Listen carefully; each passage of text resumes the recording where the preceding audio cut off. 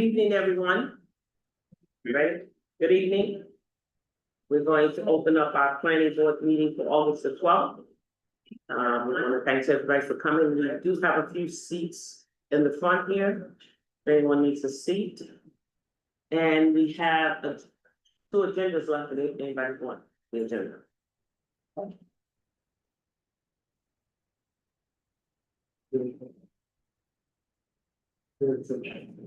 Okay, I gotta get a roll call. Linda, are you present? Linda is the planning board secretary and she's usually on. No?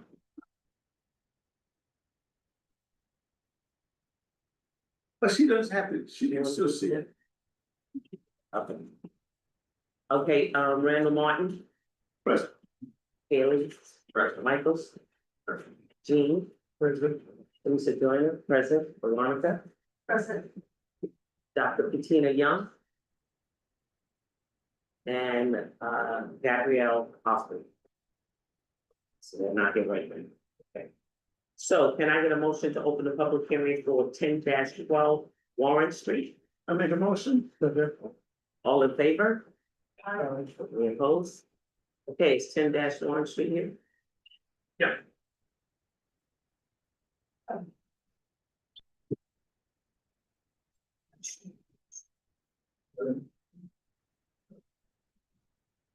Still probably back.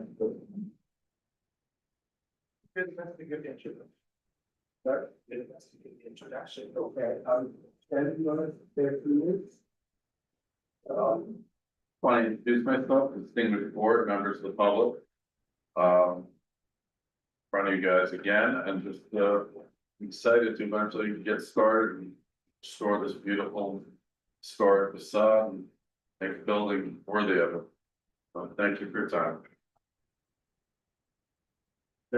Is there any way we could put that up on the screen, Rand? Did you? Did you send it to us? You said it's a music. Yes. You have this. So. Yeah, so everybody can see what it is. I know you're talking to us, but we Yeah. want the whole public, because you're in a public hearing, so I want them all to see it. Yeah, I can also turn it around. Is that the back of the page? Maybe the back, and this is. Thank you. Yeah, because they can't see that anyway, so They yeah, can't. if you can turn it, yeah, but just kind of, we'll alternate between us. Yeah. Okay. Can you put it up? So, thank you, everybody. I think we've been before the board, a little bit discussed this prior to the public hearing. This is a building that, the city put up for auction. It was about 2.5 years ago, 1012 Warren Street. It was a daycare center. Auction. Ben, Pincer was the successful bidder. Ben owns, the Whaler, the Mariner, and a couple of other properties that you probably know around Hudson, small, nice hotels, small, venue hotels. This hotel, unlike his other hotels, will have an attendant lobby. There'll be an attendant there, 24 hours a day. I think everybody knows who's familiar with Ben's hotels. They're all in a small area. So it's kind of a management of several properties at one time. So there's always the water breaks or something happens. There's always somebody on hand. To make it clear, I'm sorry. To make it clear where this building is the old daycare center near the Shiloh Baptist Church. Right west of Shiloh. On the corner, right. One building off the corner of Warren and, Front Street, right, so, it's right next to Shiloh. And the idea here is there's a kind of nice existing building at the front of the property on Warren Street. The owner wants to expand it, and make, 27 rooms, I believe. 27 room hotel. I think that's right. So with that in mind, we created a second block behind the first one. There will be a courtyard separating the two, so all of the hotel rooms have light and air. And also, so the mass of the building on the Front Street side will be broken down. You won't see one large building on the Shiloh Baptist side. It's a continuous facade, but then Shiloh Baptist Church is enormous, and we never will see that. You can turn it this way now, because we have it on the screen. And this is the side facing Shiloh Church. Where we've got the original building here, there's actually a wing here that we're tearing down, but we're gonna keep. That's the side of the church This- down near the yeah, alley, The church is right here. The right? church is running right here, so the alley correct down here slopes down. So this is the building that we're keeping. We're keeping this much of the facade of a rear addition that we're gonna take down inside. And then we'll infill all of that, and then we have the other side. Yeah, but let's show this to this side first. Oh, yes. Right, so this is Shiloh Baptist Church is here, so if we're coming down Orange Street. Church is enormous thing, but you never actually see this, but if you're coming down the valley, you know, once you get down past the church, you see, this is the addition. And this is the existing building, so they just kind of nest together.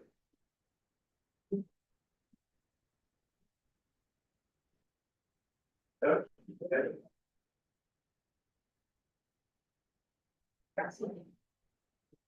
Great, and then this would be the elevation facing west, facing Front Street, and there are properties, there's a house that someone was just talking about here. And then, you know, and then this you would see coming down the alley. So yeah, Warren is on this side. Is there a separation between the two buildings? Like the yard or gangway? What, between this building and the adjacent building? Yes, that, next to the, on the west side, there's a 7. I think we're pretty close on the property line, and then there's a 7.5 foot. Side yard there on their property. So now, just to confirm, our other conversations, you're not using the roof for any public purpose. Correct.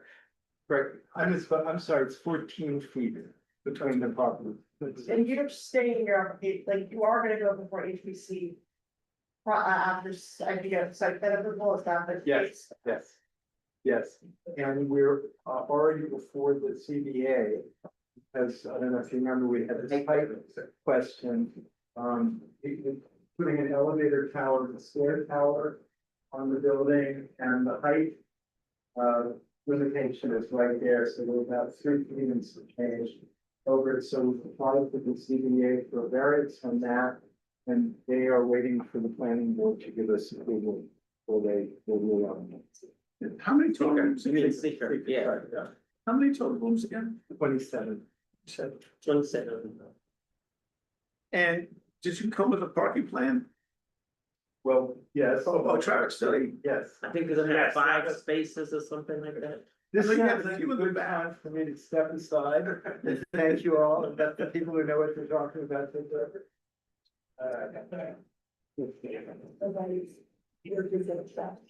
Yeah, so, Jan Boyka from Crawford Associates, with the civil engineering team on the project. We provided, to Unica Lab, traffic and parking analysis. In fact, we just recently uploaded, a revision.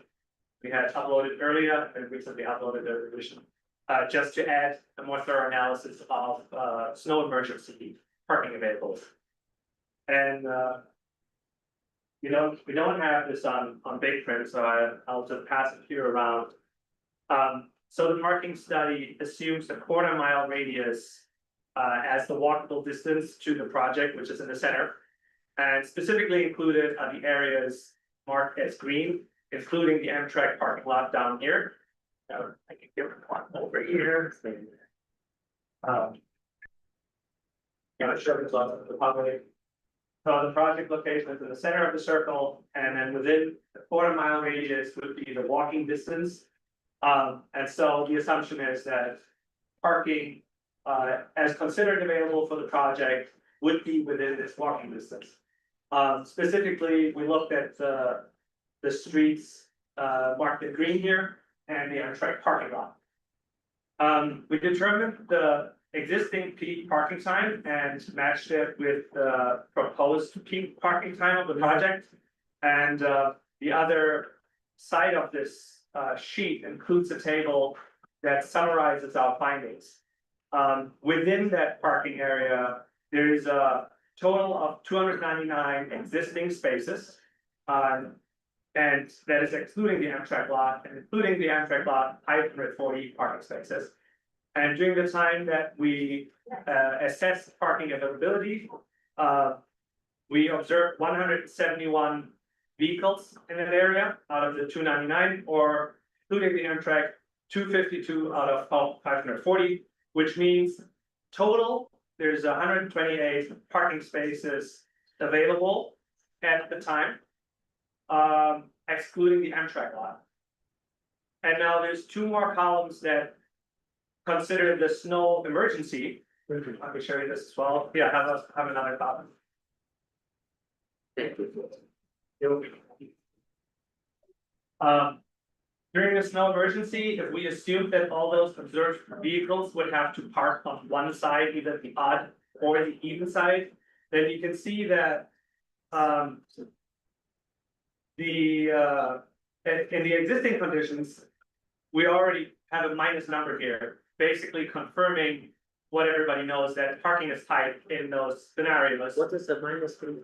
Minus means that we have if we only included parking spaces that exist on the even side, there's only 139 in that area and 160 on the odd side. But we observed 171 cars parking. Which means that if they only were allowed to park on one side, which wasn't the case when we did the study, of course, there were more cars in this area than spaces available. But as soon as we include the Amtrak lot, and again, this is a hotel use, many people will arrive just by the train, don't even have a car. But including the Amtrak lot, which is just so in walking distance, there is an additional 160 available parking spaces that would make up for that. In summary, even though on-street parking is limited in that area in general, for the proposed use, with the Amtrak parking lot, there will be plenty of parking to accommodate the project. There are a few exclusions that we consider to be more conservative. We modeled very conservatively the general amount of parking that is needed. We did not assume many people would come by train. We assumed the standards based on the ITE parking manual to be applicable to a hotel use. We did not include the 11 Warren County building parking area. And on top of that, there's also barely any overlap in the uses because it's mostly daytime, whereas the hotel has mostly overnight parking use. And you're including the parking down by the waterfront, I see. The waterfront park was not included. We excluded that, the municipal lot, the waterfront was not Okay, included. good. So only in the green, only this area, Yes, you know. And you're right, most people will come here by train, but just as many come by car for the flexibility. Yeah. Cause once they get here, there is no transportation. You know what I'm saying? And they wanna go all these places, they have to use a car. And the one thing I did see, living here all the years I've lived, what I'm seeing now is in the weekends, when the hotels are full, parking is just not there for the resident. You know, so, I don't want you to say that people are not driving, because they are. And then they'll come into the hotels, and these hotels that don't have enough space for their people, it is becoming, a problem. And, how many hotels, we have that hotel, we have the 8-room hotel down there, we have the Wick. And then we have that, on the corner of front and Warren, we got that's a B&B house or something, right? Exactly. So, Christian did give us, our consultant did, give us some information on this, and we need to take a look at it. And we also need to bring in our factors. We all live here, we're residents, we're gonna look at that. Quick question, when did you, so I'm looking, I see you did the analysis between, I think, development, like 8 to 10 or 9 to 9. Was that on weekdays and weekends, was that a mix of days, one day? and that was conducted on one day. I will have to look up the specific weekday. I believe, I wanna say it's a Saturday, but I will have to confirm that separately. Okay. But yeah, based on the use profile though, it is, overnight use on like Friday, Saturday, and then a little bit on Sunday when. Most of the people- hotels are 2 days. Yeah. And, So- and you know what they did on Front Street, to me, they took up a lot of parking, what's it called, scallop? Yes, yeah.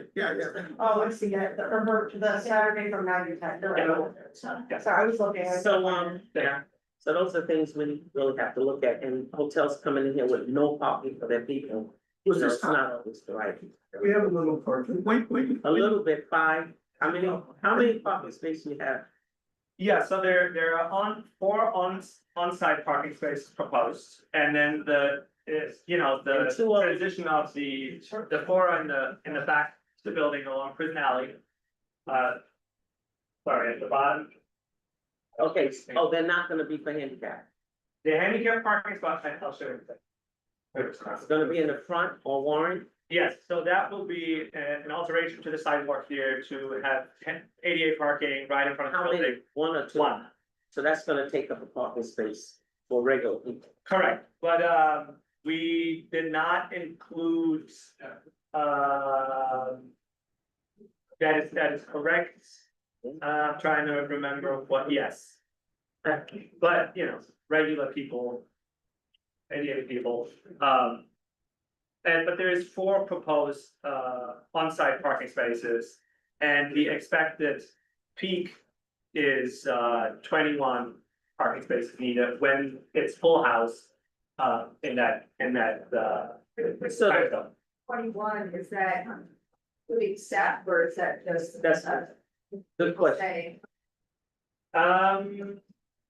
That is this is based on the ITE parking manual, which is using other hotels as a reference, and then you can scale it based on specific parameters. In this case, the parameter that was used is the number of rooms. And so that does not specify between occupants or guests and staff. Walter, correct me, the staffing is very minimal for this.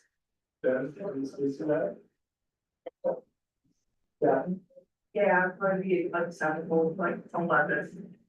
7 amortized against the other properties already, people go between hotels, so. It's not gonna take as many staff members as it would for standalone property. So in that case, the assumptions here would be a little overestimating because those other hotels, partially on much larger facilities would include. Like behind the Whaler, where it's 16 rooms, there's a municipal lot that services everyone. Oh, How much motel rooms are? So like, if they're done, so they're done. We're gonna give the public, a chance, just give us about 2 more minutes, okay? And then we ask, questions for the public. Another question, you said that some people will be arriving, by Amtrak, by train, are you providing any kind of accommodation to pick them up? That is not proposed, but there is a public bus route that goes from there towards the corner of, I believe, Warren's, front. Is that correct? The hotel will be having them shut over like that? I don't think that. And it was not assumed part, so. How far of a walk is it from the landmark lot up? The circle is a quarter mile, so this, this is just from Touchesville. It's all uphill though. It's all- If you have a couple suitcases. Well, I assume guests won't know before they arrive. And we really can't assume that because most people are going to not drive. I was just curious. Yeah.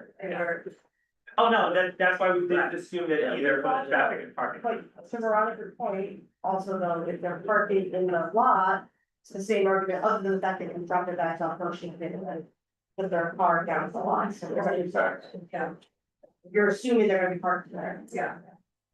That's in the back, right? So, No, I'm saying, to Veronica's point, that if the majority of people are gonna be parking in the lot, that's like, if there's only 4 spots. So the other, 20, like, 18, 17 assumed that he will be parking in the lot. They'll still be walking. 2 blocks, 2, 3 blocks. That's why I asked how They far. won't be walking with their bags. Yeah, but that's, yeah, but you, in theory, you could jump it back up. And the 4 spots in the back are gonna be for your residents, not your staff. Yes. But and this is, as I said, this parking manual that suggests that based on 27 rooms, that would be 21 peak parking spots. That is not differentiated between staff and guests. Any more questions? Yeah, do you know the approximate date? I'm trying to determine whether this was high season or off season that you did. The date of the study, did you just have it open there? Yeah, I didn't see it on this form, I can't read that from here.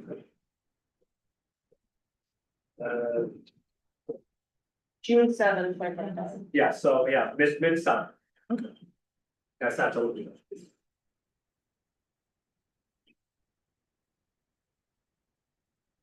Any more questions from the planning board?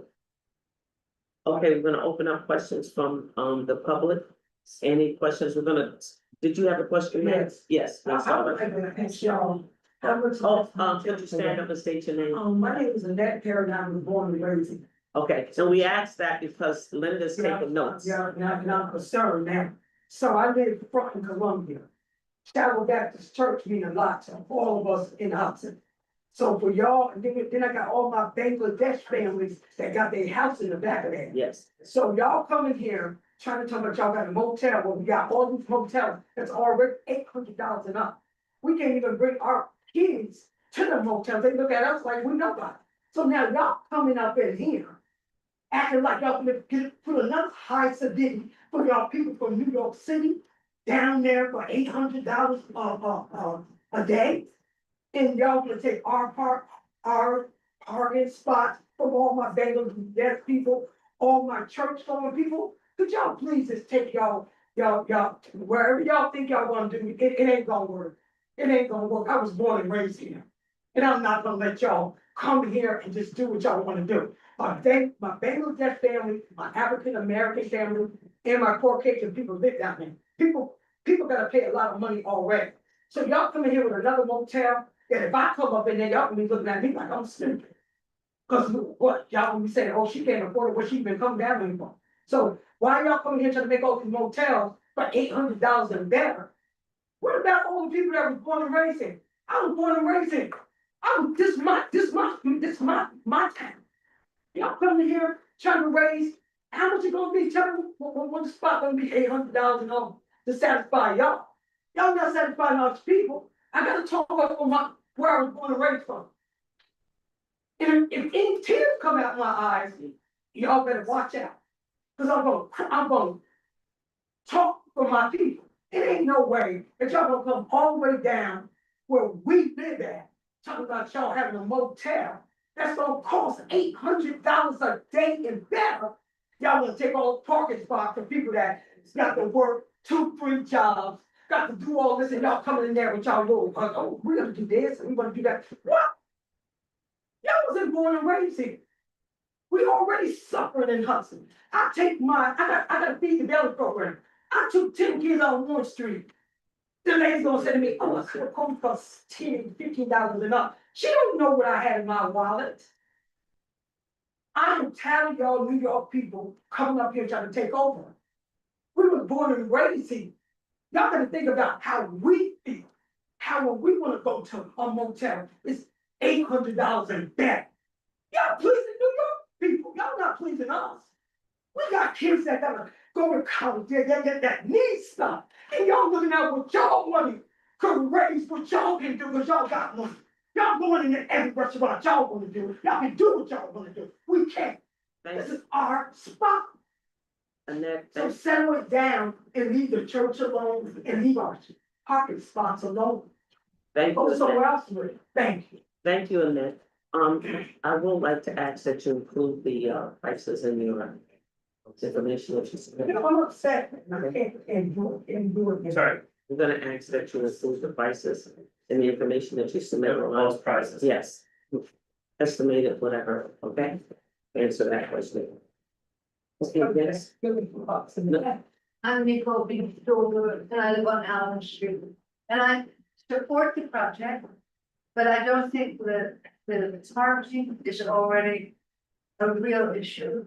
Allen Street is totally full every day. You should have Talbot Nari. That is happening. And we have River House, which is a professional building. But there's a lot of people that have offices. And then we have people that come, they're going to Amtrak, who don't want to pay and leave their cars on Allen Street sometimes for weeks and months until they're towed away. It's the same thing on Union Street, and it's the same thing on Cross, and you're also right, Teresa, that Front Street now is lost in our parking space. But I think one solution could be to have valet parking. So, no, they're not gonna park in front of the street, but someone be there or whatever to take the car, they can go into the hotel. Someone can take the car down to the Amtrak parking lot. Especially. And then we have that arrangement, and then we still all have spaces for the community, because we're really up against it now. In terms of parking on those streets. And Amtrak also has a lot to do. And plus, we're getting to county. That's a good idea too. Especially on Sundays, she did bring up a subject, because that church needs parking on Sunday. They have a lot of people coming, have events. And if your people are there, it's gonna be a catastrophe there. Then we go back to the church, the church. Anybody else from?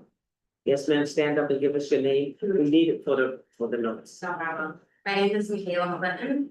I have 3 kids in the Hudson City School District. So what I'm hearing is that this is gonna take up a lot of resources and space. More people means more waste, more sewage, more garbage. So my question is, what sustainability factors have you considered? And what sustainability features are you including? Because it sounds like this takes up a lot from the city and doesn't give anything back. I know you mentioned that it would be staff, existing staff in your existing hotels.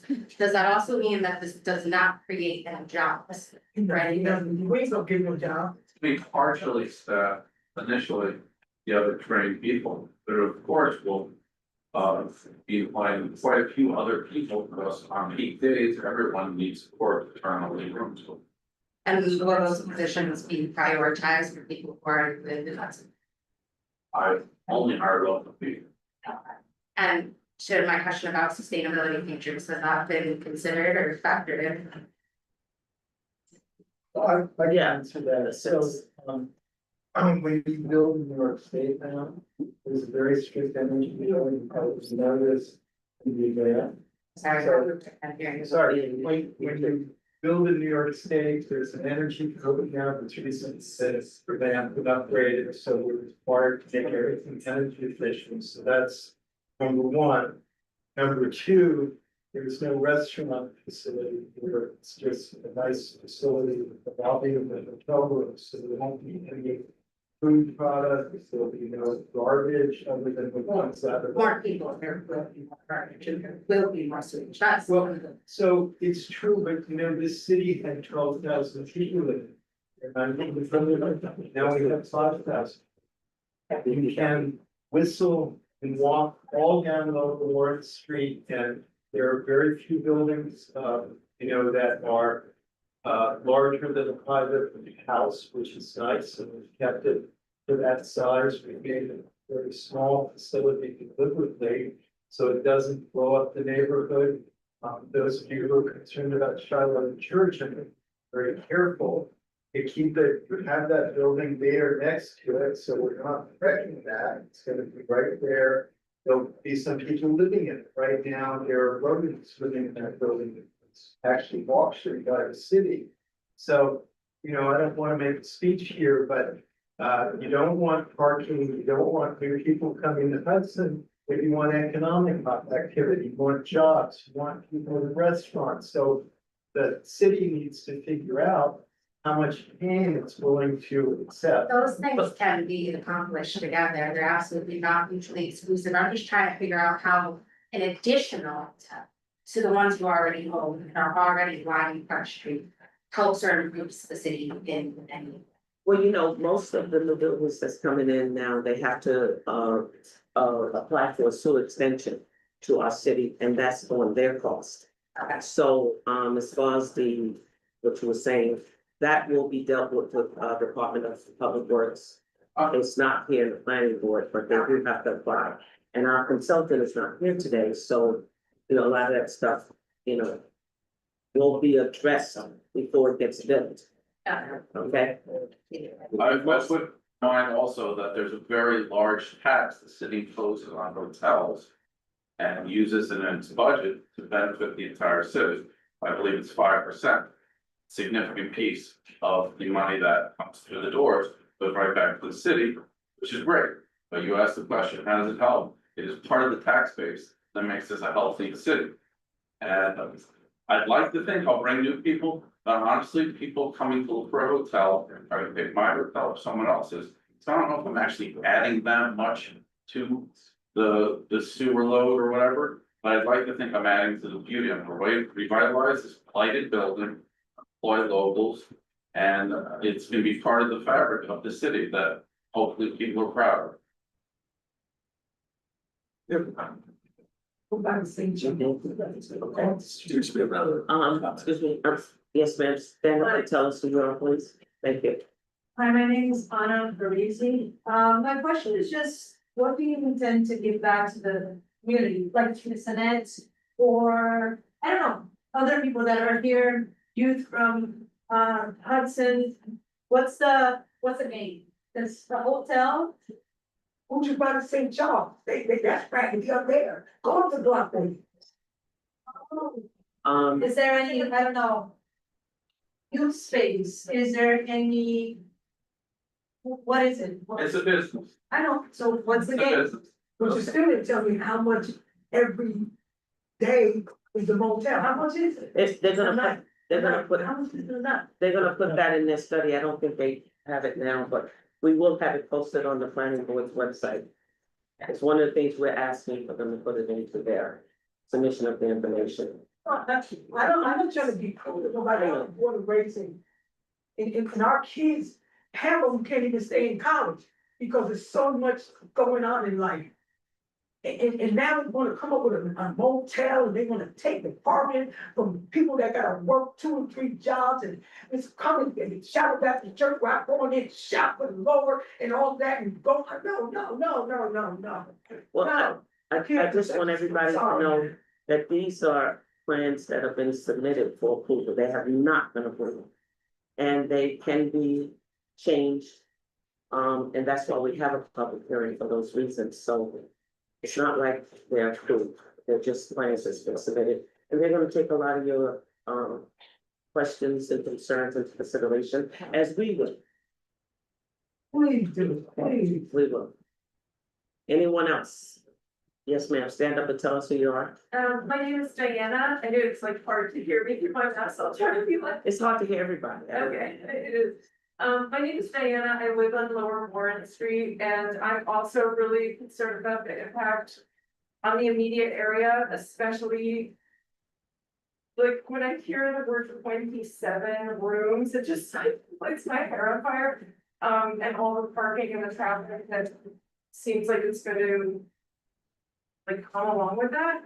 I didn't entirely follow everything you said about like the study that you did and the sort of analysis you did, but it did seem like it was like a spotlighted.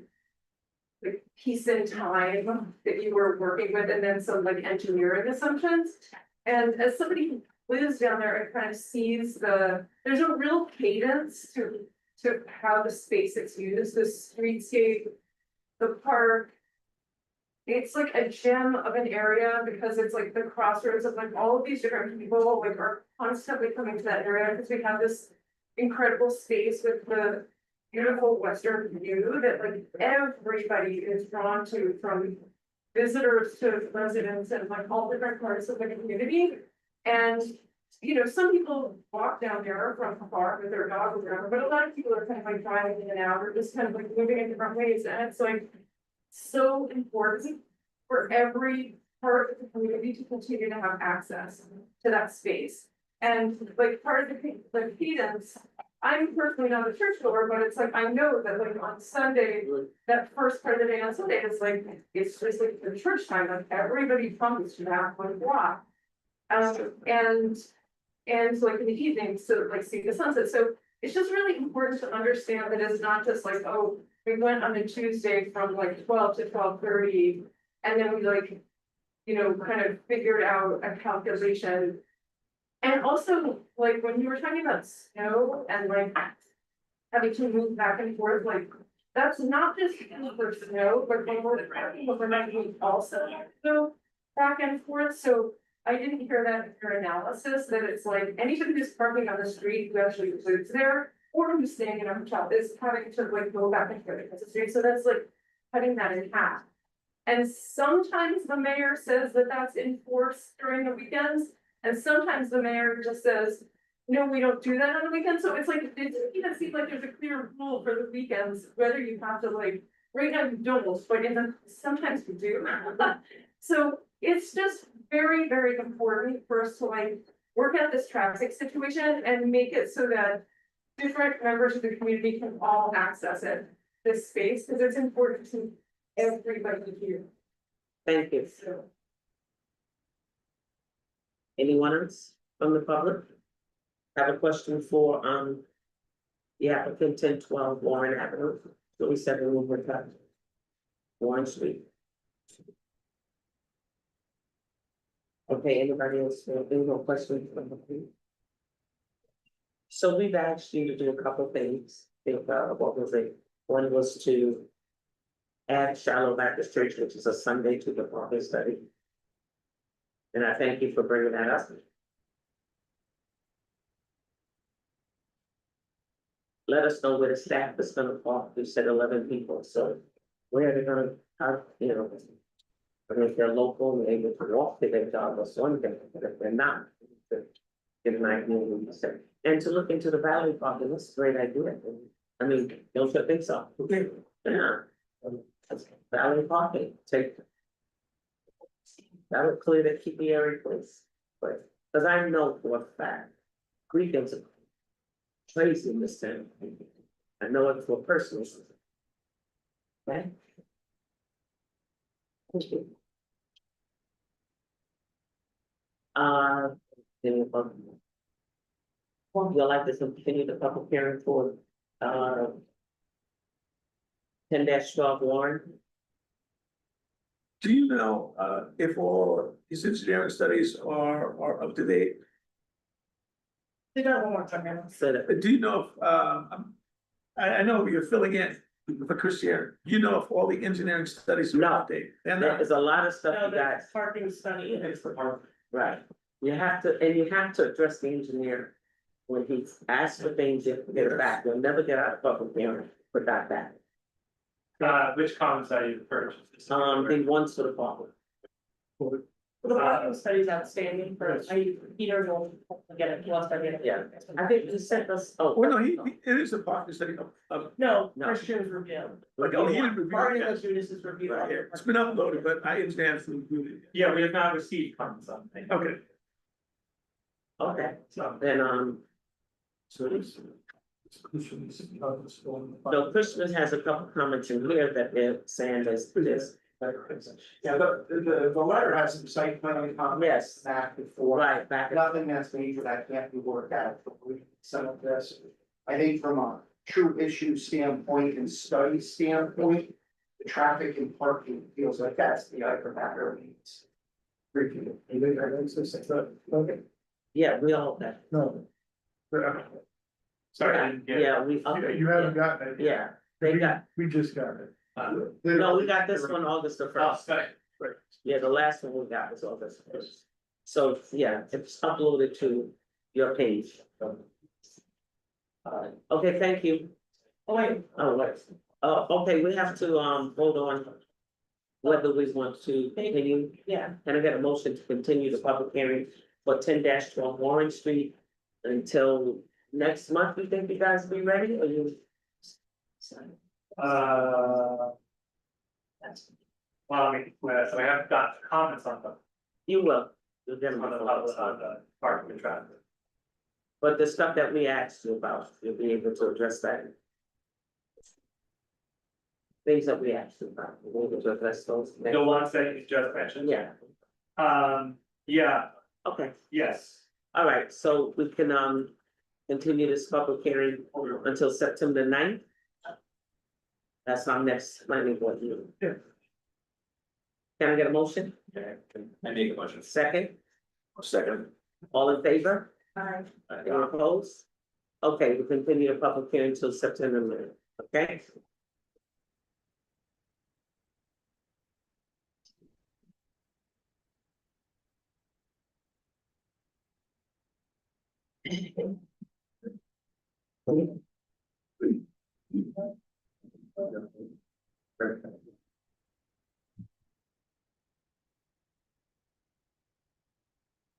No, I mean, I mean.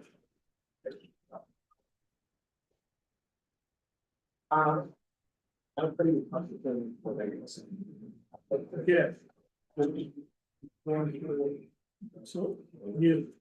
this for. So. Yeah. Something. Right.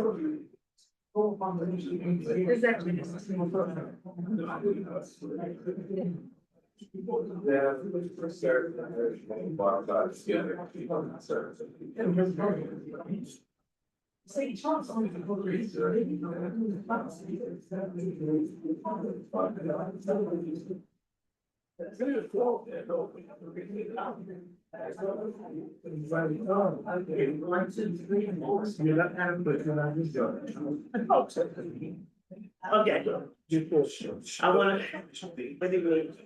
Can I get a motion to open a public hearing for 59 North Front Street, Yes. Heights Nest? I second. No clapping. yeah. All in favor? Any opposed? Heights Nest, are you here? Yeah. I guess this is yours, right? No, this is John Ellis, this is yours. Yeah, that's us from last time. Hey, it's great to be back. I'm David Slaza. I'm the project manager for Heights Nest. I'm here with Ed.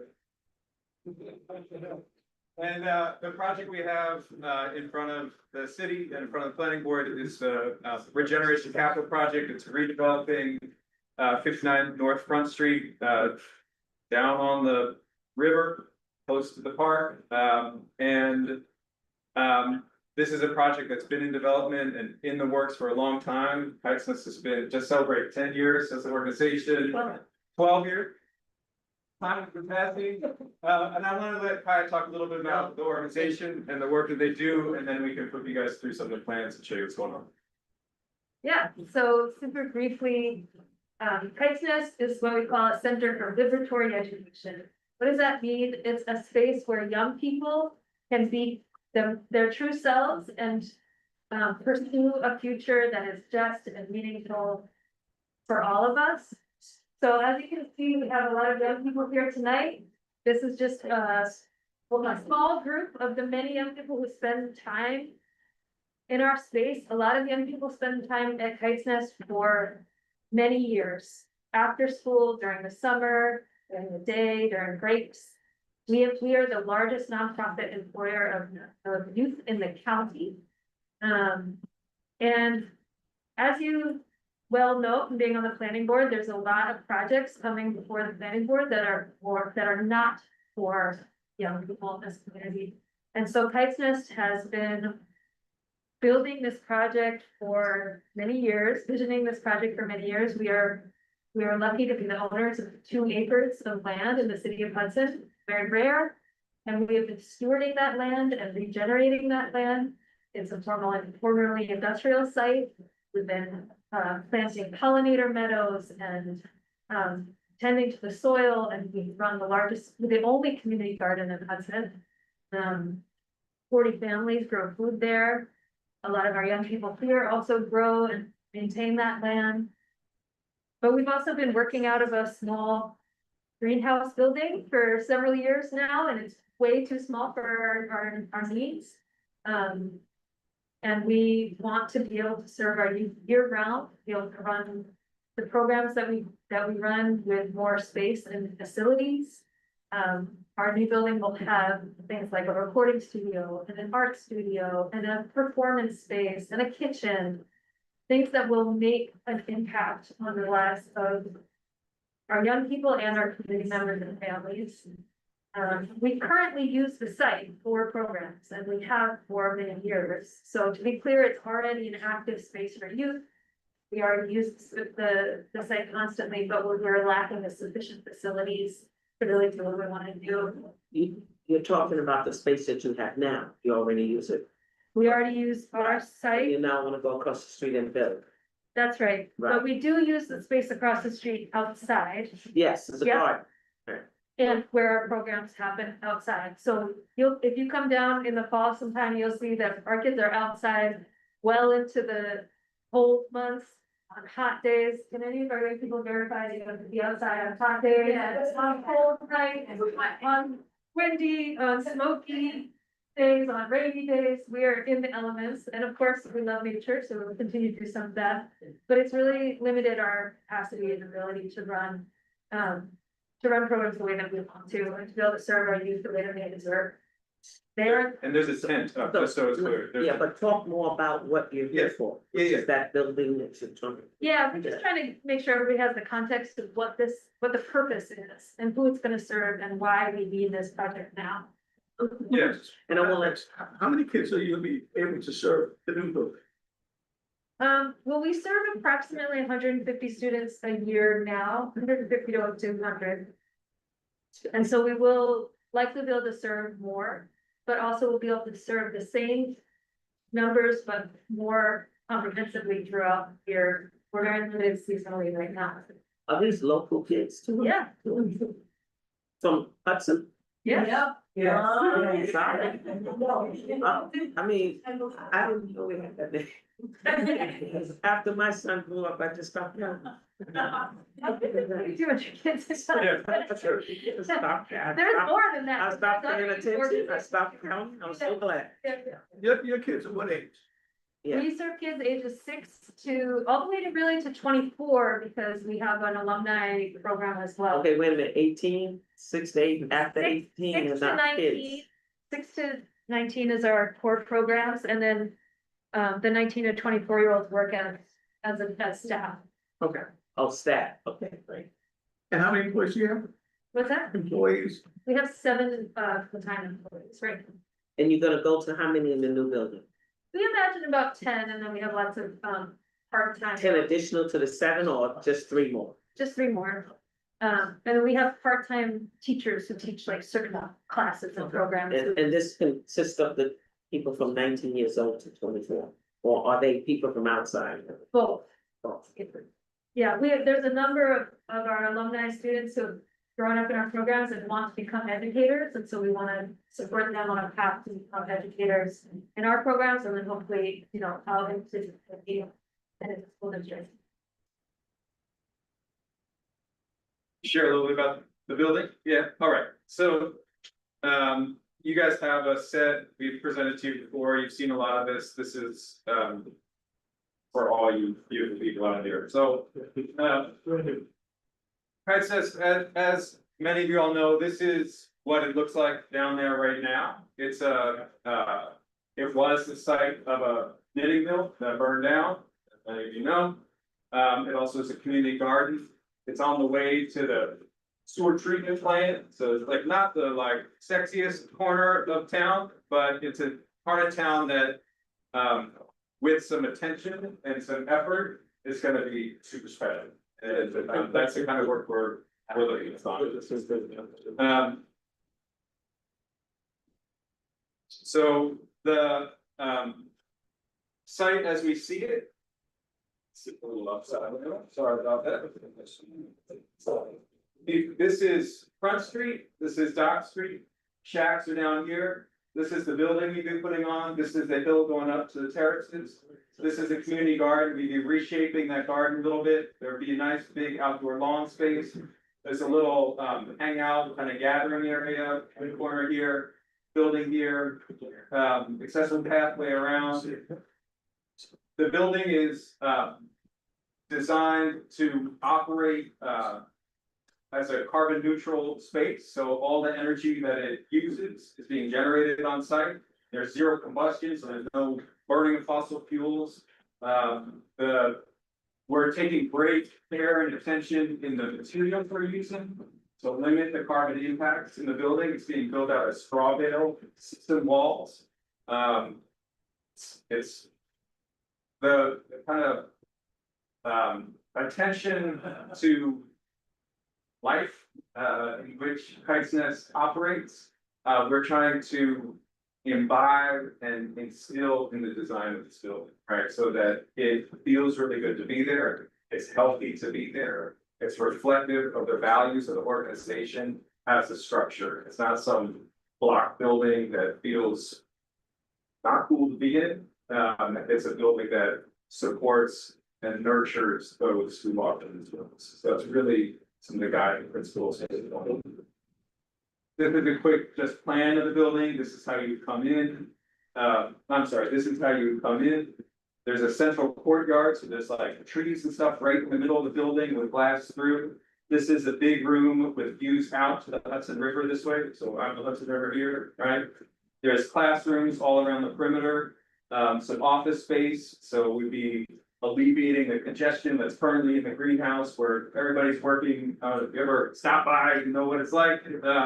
So people would have some desk space, some place to talk and to communicate and be with each other. And then one of the really important pieces of this project is a big kitchen. So we'd be teaching classes around food and around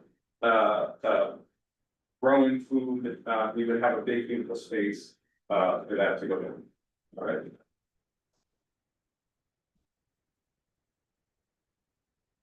There's a picture of a group with solar panels on it. This is kind of cool that. This is some looks at the building from the front. Building is clad in wood, metal roof.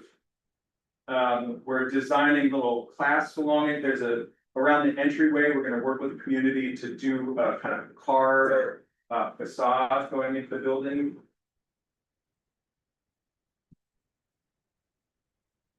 More looks at the building.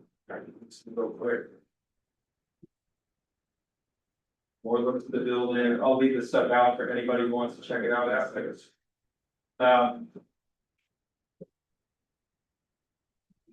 All right, so this is looking from the sidewalk, looking back up at the building. This is the way in.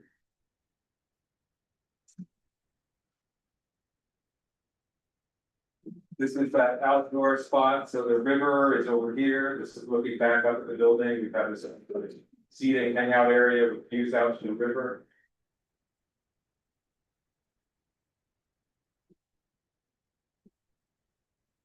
Look, that's looking back at the gardens, right down the hill. And you didn't submit these color elevations, did you? This whole set, yeah, it's up on, it should be, yeah. I'm not entirely at this turn, so we'll make sure everything, yeah. Set up. Yeah, technical set, yeah. I would just have the public to know, everything is on the planning board's website, except for the ones you're gonna submit after tonight. The renderings are not on the website. Right. Can you put them on? Yes. Okay, thank you. And that's, I think, all right, Yeah, And I might just add that these images are not a surprise to most of the people here because many people in this room have actually been the designers with this. So this design, this project, the building is an expression of the values and visions and desires of our community, of young people, of our families, of our educators. So the process has been, from the very beginning, has involved hundreds of community members, but also a very core crew that's been at every meeting, making every design decision, overseeing the budget, making hard choices between one thing and another. And this is an expression of our community. So just so you know, this is the first time most people are seeing this. This is us presenting to you our. Now, I believe last time some of the questions were not so much in the building, the building's a lovely building, and a great design, but about water mitigation and flood mitigation. Yeah. And because for all of the portions that excavate, you have to fill that someplace. So is it gonna be like a holding pond? Like, what is your strategy for flood mitigation? Yeah, so we are adjacent to the Hudson River on this site, which is a tidal body of water connected to the Atlantic Ocean. We're super aware of that and this is also a significant investment that we want to protect and we want to ensure its longevity. So we're building it up higher on the hill, right? That's what you're saying. We're gonna add, yeah, up out of the 500-year floodplain so that it is, has a chance of being there for a very, very long time. In order to do that, we need to bring some earth in to help kind of make the building sit up a little bit higher, and that will be sloped down toward where the garden's at now. Something that the engineers have asked us to do is to subtract, as we add earth to the site and potentially displace water. The engineers have asked us to cut, so to dig a hole of a similar size to how much we add to the site. We think that's a really bad idea. And I think the engineers, Christian, we have met yet, but nice to meet you, but Christian also thinks it's a pretty bad idea because as you dig down in that site, you start to hit water pretty quickly again. We don't want to do that. As an alternative, we were presented to do it's called a HEC-RAS model, which is a engineering study that measures the displacement of water typically downstream. So how something you might do upriver, if you push some land away, what that would do to your neighbor downstream. We were asked to do that. I actually want to ask the planning board tonight if you'd be willing to imagine us not doing that, because everybody agrees what the end result of displacing a little bit of tidal ocean water that comes up to our spot as being insignificant to the world, all right? So the water that we would be flooded with is Hudson River tidal water. It is not runoff from someplace. It is not water coming that affects our neighbors. It is the Hudson River rising and flooding us and receding on a tide. And as we add and bolster our property and build up land for this building, we are going to keep that water away from this building, right? But the impacts of that aren't felt like in Thailand. You know what I mean? It's not like a consequential thing. Yeah, So- the law is meant for, or not the law, but the recommendation is meant for a different context, not a sea level. has there been a floodplain? Well, it's dealing with the floodplain. I mean, the issue, I understand what you're saying versus it being tidal versus non-tidal, but as you reinforce that the water doesn't go on your property, you just have to make sure it doesn't impact more elsewhere than what it does. Correct. So whether or not that's a HEC-RAS model, whether or not that's what mitigation efforts on the site, as noted on Chris's letter. We have significant mitigation efforts underway to manage our. I mean, I don't have a problem having a discussion about it at all. Yeah. I don't know if we're gonna wait in the second to discuss, but I think the most cost-effective way to manage it is the way everybody does it. I think that would be great. I think what we're trying to do is find a clean and elegant solution. We've invested a lot in doing a lot of engineering studies on this site already. It's a complicated site. It's a steep slope going down to the river. It's, fill in this area, it's block rock on that area, it's complicated. And this is one area that we've done a lot of thinking on, we actually think we have a great solution for it. And we're just trying not to have to do the heck rascal, so, and if there's any way Well, we can get that's a there, further discussion. that sounds great, yeah, great. And just a reminder for the history of the site, it was covered in buildings up until 2010. When the city tore down 2 of the buildings and left the remaining one, which then burned down in 2017. So the building was completely covered. This is not like a picturesque meadow that's all of a sudden being developed. This was an industrial site covered in industrial buildings for 100 years. For which there was no flood water mitigation whatsoever. And so we've actually brought far more resilience to the site already, but also through this plan. I also would like to remind the board that the county comments, which I've never actually seen this in the county comments, which I think has been featured, did mention stormwater management, so the county was also concerned on making sure that the soil, I'm not saying, I'm not an engineer, I'm not advocating for a model at all, but I just want the board to be aware that the county also had concerns about the disturbance of soil and what the flooding was gonna look like in the building as well. So it's not just our consultant, so the county also brought it up as a concern. It's our concern as well, and I think we're just trying to find a clean line to get to something that everybody agrees is a logical pattern. And we got the county that they gave a better description of your project than you guys in the first time you came, but they have a great description of what you're doing. That's good. I think we. Yeah. Yeah, as long as you have a plan that, the engineers can agree with for both the groundwater and the groundwater that you're gonna generate by your flat surfaces. Correct. And the tidal surge water. Correct, yeah, 2 different things, yeah, the water running off of our building and what happens to that, which we have a good plan for, but then. The weird and particular one is the flood water coming up from the river, and as we bolster against that, what happens to that water, where does that go? And it stays in the river. It's one. I do have one question. Has there ever been any flooding over there? Yes, there is, That's No, fine. not on our site. has there been, Any flooding on that site? No. Ever? I've Not spent, since you've been on it. since 2010, when I started, or 2009 is when I started spending time on that site and with those buildings. I have never seen it flood on that site. It does flood in Burberry, which is lower. Downhill. Okay. So I have never seen, even with heavy storm. Water, we've also been caring for the soil there for so long, we've actually created. Very rich organic matter that's far more absorbable than what was there previously, which was just cement, brick buildings.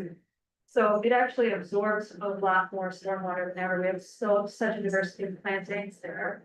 And it's actually helped advance that, but as of course, we have additional plans for the site to manage stormwater. Especially during, heat storms. Interject. So, Jan Barker, for profit associated with the civil engineer on the project. The ask that was brought to you is not to ignore the flood, right? Where there's 100-year flood, the event will come and then the flood level will be there, right? What the ask is to deprioritize the flood issue versus the more relevant sea level rise, which is in line with the City of Hudson comprehensive plan, which wants to protect waterfront properties, which is exactly what Kaisers wants to do. And, I'm happy to talk about this at a later stage when we get to parking and traffic. I just wanted for reference, so I marked out with hand black area that is proposed to be filled versus the size of the Hudson River and this whole marsh over here to. This is the only one I marked. I have more copies out. I can get it. So this is a marsh that fills as the water rises. And then the Hudson River is here. There's an island and more Hudson River on the other side. And this is just for context of the dimensions that we're talking. The dark area is where we're raising. And this is the area which is connected to the ocean. Yeah, and the water level rises over that whole area to just. Again, it's a dark area where we're rising a little bit, raising a little bit the area versus the area of the Hudson River. What we're asking is to consider that this is a negligible impact just visually, but we also provided arguments to demonstrate with numbers that don't require a model that considers the Hudson Rivers as a whole for this small project and this small impact, and consider this a minimal impact compared to what the goal is, which is raise the property without digging a hole, which would impact the community garden, because that's the only spot at the lower end that would be available to provide this compensatory flood storage. And say, yes, this is in line with the city of Hudson's goals to protect our waterfront properties in this particular case. And yes, the consultant said with more. And I think what I would say, what we said earlier, we'll sit Yes, down, we'll talk about exactly. it. I understand the concern, which is the girth of the Hudson and the ocean, the size of this. Compared to the weather of the rock, which is, if you fill the plan, consider say a 1 to 1. When Chris is back, we'll have meaningful discussion on what I think is a reasonable solution. And I will say, the board can only rely on their own consultant's procedure. So they can't, if this consultant doesn't agree with their engineering plan or differs on opinion, the board's allowed to consider both, but the board has to rely on someone, whether seeker in the disturbance of water is a significant part of seeker, so in flooding is a significant part of seeker. Yeah. So you can't be just ignored by the board, they have to, and I know you're not asking them to ignore, but Apologies if it you sounds can't that way. reprioritize climate change, of course, climate change is a huge, impacts everyone, but if seeker has to look at both, seeker has to look at flooding, 50-year floodplain, 100-year floodplain, the groundwater disturbance, how much water is going to be on site, you can't look at it in a box, you have to look at all of it together. Absolutely, and I think that actually looking at all together shows the complication that we're trying to streamline, so we totally agree. There are lots of heads around it, I think it'd be great, yeah, thank you. And my only other question is that the crossing guard area on the bottom. Yeah. That is in the flooding area, right? That isn't the only area that really kind of. Street? Yeah, where we're gonna put the. Where the crosswalk is, Yeah, all the way at the bottom of the street, that area does flood, so I'm just kind of wondering your thoughts about that, if we're gonna have. Well, what's a crosswalk, there'll be the crosswalk down. Yeah, I mean, that's the city of Hudson Street, so that would be a problem. All the way down, all of the silicon will be underwater, so there's bigger fish to fry in that. As far as you're asking, like, in the event of a storm and that. Well, no, I was thinking that the crosswalk should be closer to the. Yeah. Well, not all the way down where. We where were it told floods. by the city that we couldn't have a big block crosswalk. Oh, you couldn't have it where the entrance to. We would love to have it at a big Oh, block, they but put it on the corner? I think you. yeah, that was, We can tell you that. Well, that's. that came to us through DPW. Oh, okay. And your engineer, who has asked us to maintain the arterial sidewalk design plans, which were developed for the streetscape improvements. So that's the design that we're carrying because they were vetted by the city already. but you can have more than one crosswalk, right? We were advised not to do a crosswalk at the block end and mid-block. There would be like 150 feet away from each other or something, and that wasn't advised. But if you, And Right. we're hearing a lot of different That's right. feedback on this tonight. Yeah, we would love a mid-block crosswalk. We were also concerned about we had a bus stop to let the kids off. We were like, what do you call that indentation? It's over. Yeah, to have a bump in for the bus. Yes, exactly, so it's not Yeah. on the street. So again, that's a spot where we're getting competing feedback from the engineer and the board and we're a little unclear on what you all want. We're being told to carry the arterial plan. That does not have a bump in for the bus. We believe a bump in for the bus is also not necessary because by law, when the flag flips out for the bus and the kids get off, even an ambulance needs to stop, like that's. even if there was a bump in. But it traffic still would- takes a human to do that. No, A bump in, yeah, sorry. it still takes a human to do that, but a bump in, there's no cars passing. Because it's already in the street and it's safe. So, yeah, heard, like, I understand what you're saying, the bus stops just to let 10, 12 kids off, it's not there for very long, it's not like idling or anything, it's just a regular bus stop. And we were advised that to take the bus off the road and provide the opportunity for a car to go around the bus is actually more dangerous. You want the bus to stay in the road, flag out with the stoppy blinky light, Who advised you to do that? your city's engineer, The city's engineer. your, yes, You're- you know, Planning yes, board. the planning board engineer. He verbally told me he liked, I liked the birds, we got to follow up with that. Yeah, look at- Maybe look we're at gonna have to that. go back, Look at because, that. that wasn't, yeah. Yeah. The So we'll get county back didn't to make you a on note that. though, right? Yes, they did. Okay, I apologize, alright. He mentioned that, you could be right, yeah, Okay. he's no longer, he's Yes, off the train. I know that, yeah, and look, I don't wanna speak out of line. But you could be right, we'll get He- it. There's definitely direct competition that y'all are asking us to carry the arterial plan.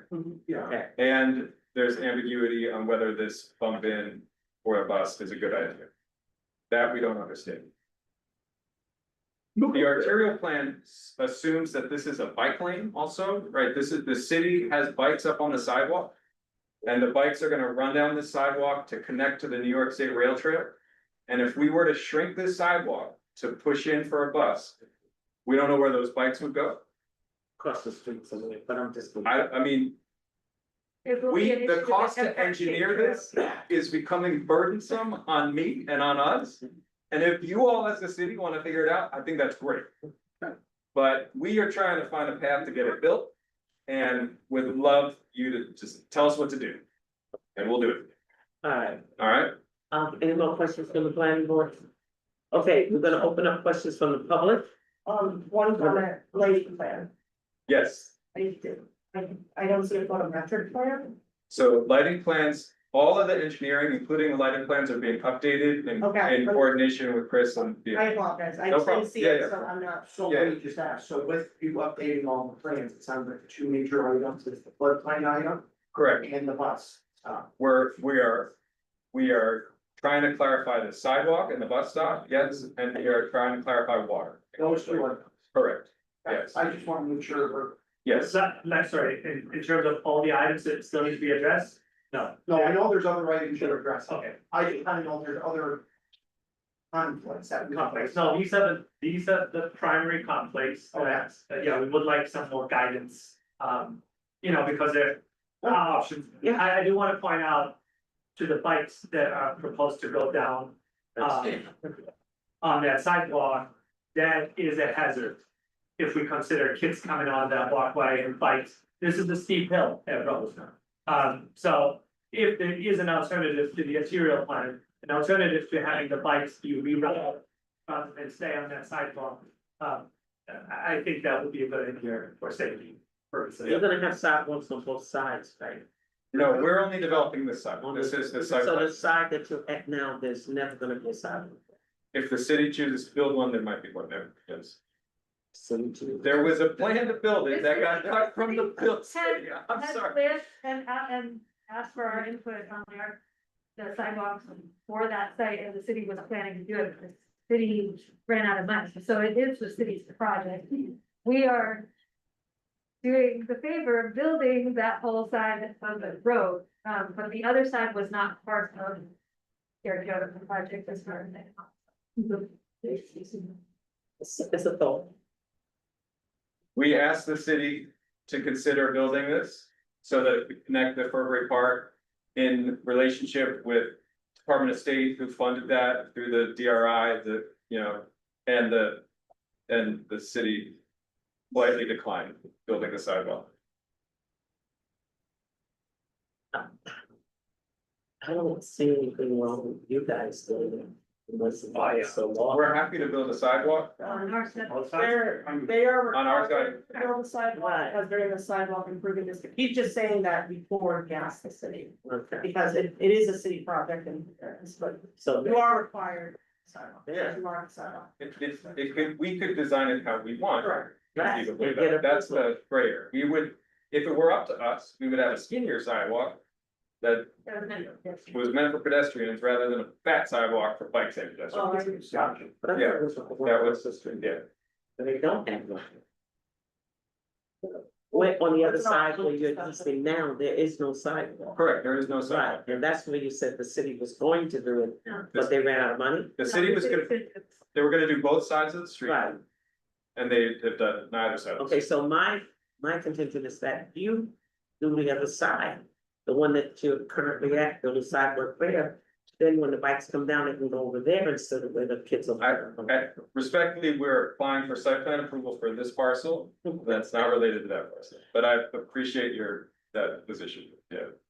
Also, just to be fair, like we are doing an enormous amount of work to try to fund this project. We are a small grassroots nonprofit in this bare bones budget. None of us make very much money. Trying to raise money to build this as it is already quite an undertaking, and we committed to building the sidewalk on this side of the street as a response to what the city was not able to complete, and we're having to do that. But you know, we have significant budgetary constraints. So asking us to do additional work does add a burden to our ability to do that. Really? I'm thinking about it, so I don't know what everybody else thinks, but I think we should. Yeah. Both sides, there's no sidewalk on the side where they're existing now. So they are gonna build this, or the city was coming with the sidewalks and the city ran out of money. So I'm asking them to think about it, but what do you guys think? Oh, well, I mean, to your point about, like you're saying funding, I mean, I know it's probably outside of your meeting, but have you considered like certain like different grants, like when there's certain organizations that can apply for grants? Like we could have like proposals. Yeah, we're definitely applying for grants. Donations? Yeah. But for tonight, we are applying just for this side of the street, so I think that if we can just. The other side of the street is a different parcel, different property. Not sure that we cross that Yeah, bridge. they're not linked in any way, other than they happen to have the same owner. All right, Yeah. questions from the public? Yes, ma'am. I don't have a question, but I do have. Your name a again, comment. because Linda. My name is Michaela Clinton. I am not an engineer, but I do have a degree in environmental science. And I can attest that the work that our teams have done, they have taken an industrial plot that was filled with pollutants and debris. Had that plot flooded, it would have polluted the Hudson River with industrial pollutants. Our teams have taken a plot of barren land and made topsoil with a carrying capacity that is able to support a food forest. They've been working on that for years, and we have seen the effects, and we have seen that that does mitigate flooding. So to your concern for the flooding, on the opposite side of the street, the work that we do does regenerate soil. It has a positive environmental impact. That is part of what we do, part of what our teams show up for every day. In addition, the Fernery site being turned into a conservation area, once that is filled with more aquatic native plants, the flooding is that's gonna help mitigate the flooding anyway. Part of the design plans, which I don't think they got to get to, is planting native plants. That is part rehabilitating that soil and making it so that it doesn't flood as much, and then when it does, that it's not industrial pollutants that are flowing back into the Hudson River. It is quality topsoil that is able to support a lot of biodiversity, which in turn supports some of the city's concerns. Your last proposal brought up rats in the building. Having more biodiversity and having more native wildlife is gonna help mitigate rodent populations, help mitigate mosquitoes. This is a huge benefit, not only to our kids who have somewhere to eat after school and something to do and work that they are proud of. It also directly ties into the environmental justice for our low income housing that is just right. That is. Okay. No problem. All right, thank you. Next question from the audience, from the public. Comments. Going back. Yes, ma'am, stand up and give us your name. Yeah, hi. Now, everybody that's standing, you live in Hudson, right? Yes. Do ask address for some people. Hi, my name is Amanda Boyd. I am one of the two co-directors of KiteSnap, co-executive directors. I am glad to be just offering a bit of support for this project. I've been an educator and I've been working in youth development for over 20 years, in different regions of the state. And, you know, with projects like workforce development for youth and college access and dropout prevention, all that stuff all around the state. And in that time, there's a part of me that had been growing very weary of education and also a bit pessimistic about the way that education is done.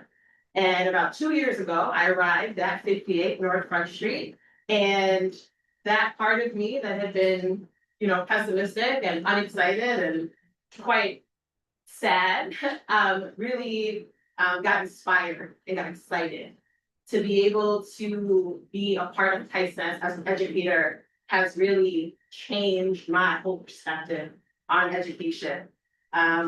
The way that KiteSnap engages youth, I mean, to hear Michaela talk a bit about like what that environmental work that they're doing is, and the social justice work that they're doing, and the dancing and the music and the play and the joy and the laughter and the sweetness and the collaboration, has really allowed me as an educator to move in my career in a different way, and therefore also learn, and then as a result, learn so much from these young people about what we can do collectively. And so with this new building, we'll be able to amplify that. We've talked about how many young people, we have about 150 young people that we work with throughout the year. And we do that in the polls, and we do that in the extreme heat, in our greenhouse that is very lovely and also very small. And so to be able to expand is a way to, you know, bring in some additional youth, but also really double down on the work that we do with the youth that you see here and the youth that you don't see there, who, you know, the more of them. And so, yeah, I just want to offer that all of these, like, to hear this conversation, I had, you know, very like sweet things to say, but to hear this conversation, like, these are also conversations that we're having in our outdoor classroom, in our greenhouse. And that I know that, hearing that Ken, our environmental director, and Anna and Michaela will bring these conversations back to our youth as they come to our spatial justice stewards meeting that we're having tomorrow, which is the community design team that supported this. And these are things that we're going to be talking about in order to figure out like how do we do this building and do it right, not only for our youth, but for our community and also for the educators like me who came into the space and now have a different view of what education can look like. And so again, just want to say that I really support this project. I hope that with all of these questions that you are also thinking about the impact that we've already had and the impact that will be amplified by growing across the street and just doing more of what we've already seen today. Thank you. Thank you. No problem. Thank you. Yes. Hi, my name is Annette Aaron. As me being born and raised here, the project that Eisner's has is a beautiful project. Eisner's been there for the community from day one. Eisner's, you can go down there, you can cry, you can laugh. They learn you so much things that even I didn't know. And they take your children and they make your children better. My grandson was not here now, he moved to North Carolina and he been in Eisner's. And to see the joy of my grandson growing up, and he's a real good man. Let's work together. Guys, please, look at this. Let's work together and let's let this project happen, please. Okay, please let this project go through. Okay, let's get together, engineers, the city, whatever we gotta do, we need this project for our kids, the people that was born and raised. Our kids need somewhere to be loved at. It's hard to be loved. we're getting everything took away from us. Don't let this project go down, let's stick together, let's do it, and let's just get it up and running for our kids' sake. I don't mean, I have so much feelings for Hudson, I wanna raise you, I love my people, I love my people. I love where I come from, where I live, projects to go through. I don't mean to say certain things, but I was born and raised here.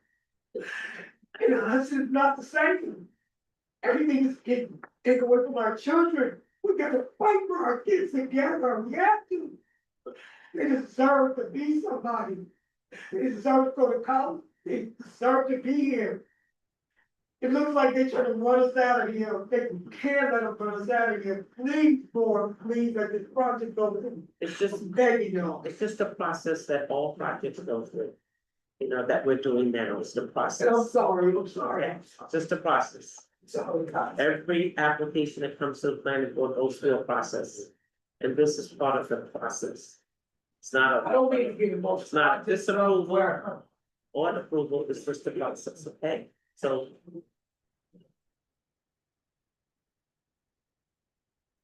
wait a minute, I gotta take a breath for that. Just, I don't mean, right, I'm just telling you too, son. Well, my name is Deshelle from Minnesota. Okay, you gotta talk louder. My name is Deshelle from Minnesota, and I just started to Texas, and I've like felt like I've like had got like a whole family in Texas. I've learned so much. I've never like actually like learned so much about the history of Hudson. So I went to Texas, and it's always like when I was like King Gay, I've always like danced with him. We always like have joy. Like I've never just like wake up like, oh, I don't want to go to SNS. It's always like I always like go to sleep and be like, yes, I got Christmas tomorrow. Yeah, it's like a very exciting process, and like I met so much new people that like became such like big parts of my life. Well, we thank you. That is so nice that you guys thought of another way. I'm Sylvia, and I'm Hudson, and I'm on the board of Christmas, and I just want to echo what a lot of people said, but to emphasize also to some of the questions around like how we look for grants, but this is a project and an organization that has worked and works with more integrity than anyone I know. And this project is about giving young people in Miracle Hudson what it deserves. Young people typically get sort of like, that's good enough, right? That's really will be okay. We'll just scrap together what we can and like deal with it. And this is basically modeling for Hudson, and I think for the county and the country, what we should be giving young people generally, right? Which is like best of the best of the best. Every detail has been thought through with like the most integrity and detail and forethought that you could possibly imagine. So it's not just a wonderful project for any people in Hudson, but it's kind of a wonderful project for anyone anywhere. Yeah, that's it. Takes a young mind to make the changes, I like that. Hold on. Okay. Stand up and give us your name, please. My name is Kyla. I'm one of the alumni in Christmas down Middle. I've been going there since 2017. Since we had that space down at Basilica. It's a beautiful thing to see that we are actually evolving, because we do have a lot of people just not only in our community, but people who want to live outside the community and come to us like, hey, like, what does Hudson have to offer? I feel like that's very important, because we did start out as community based. I feel like this project will bring in new faces and make us bigger than we ever have been before, especially since we're projecting great concepts such as not only just the recycling, social justice itself, topics that we're facing in our own community that we don't really talk about and like express a lot. So I think it's a beautiful thing that to have everybody here. By my sense, and I hope we get to continue, and I would go see it. Because we really need to continue. You know, I'm gonna ask a question. Okay, social justice, would that be governance, like teaching the kids how to like run for mayor or be on the planning board and stuff? You're doing things like that, right?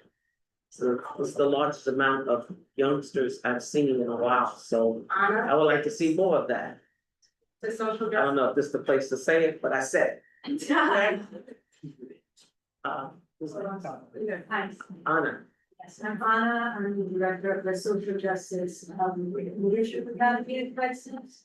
And the work that we do is very much geared towards empowering and teaching these young girls, even really young, like this summer we had 10-year-old, 11-year-old that's joined the Social Justice Leadership Academy.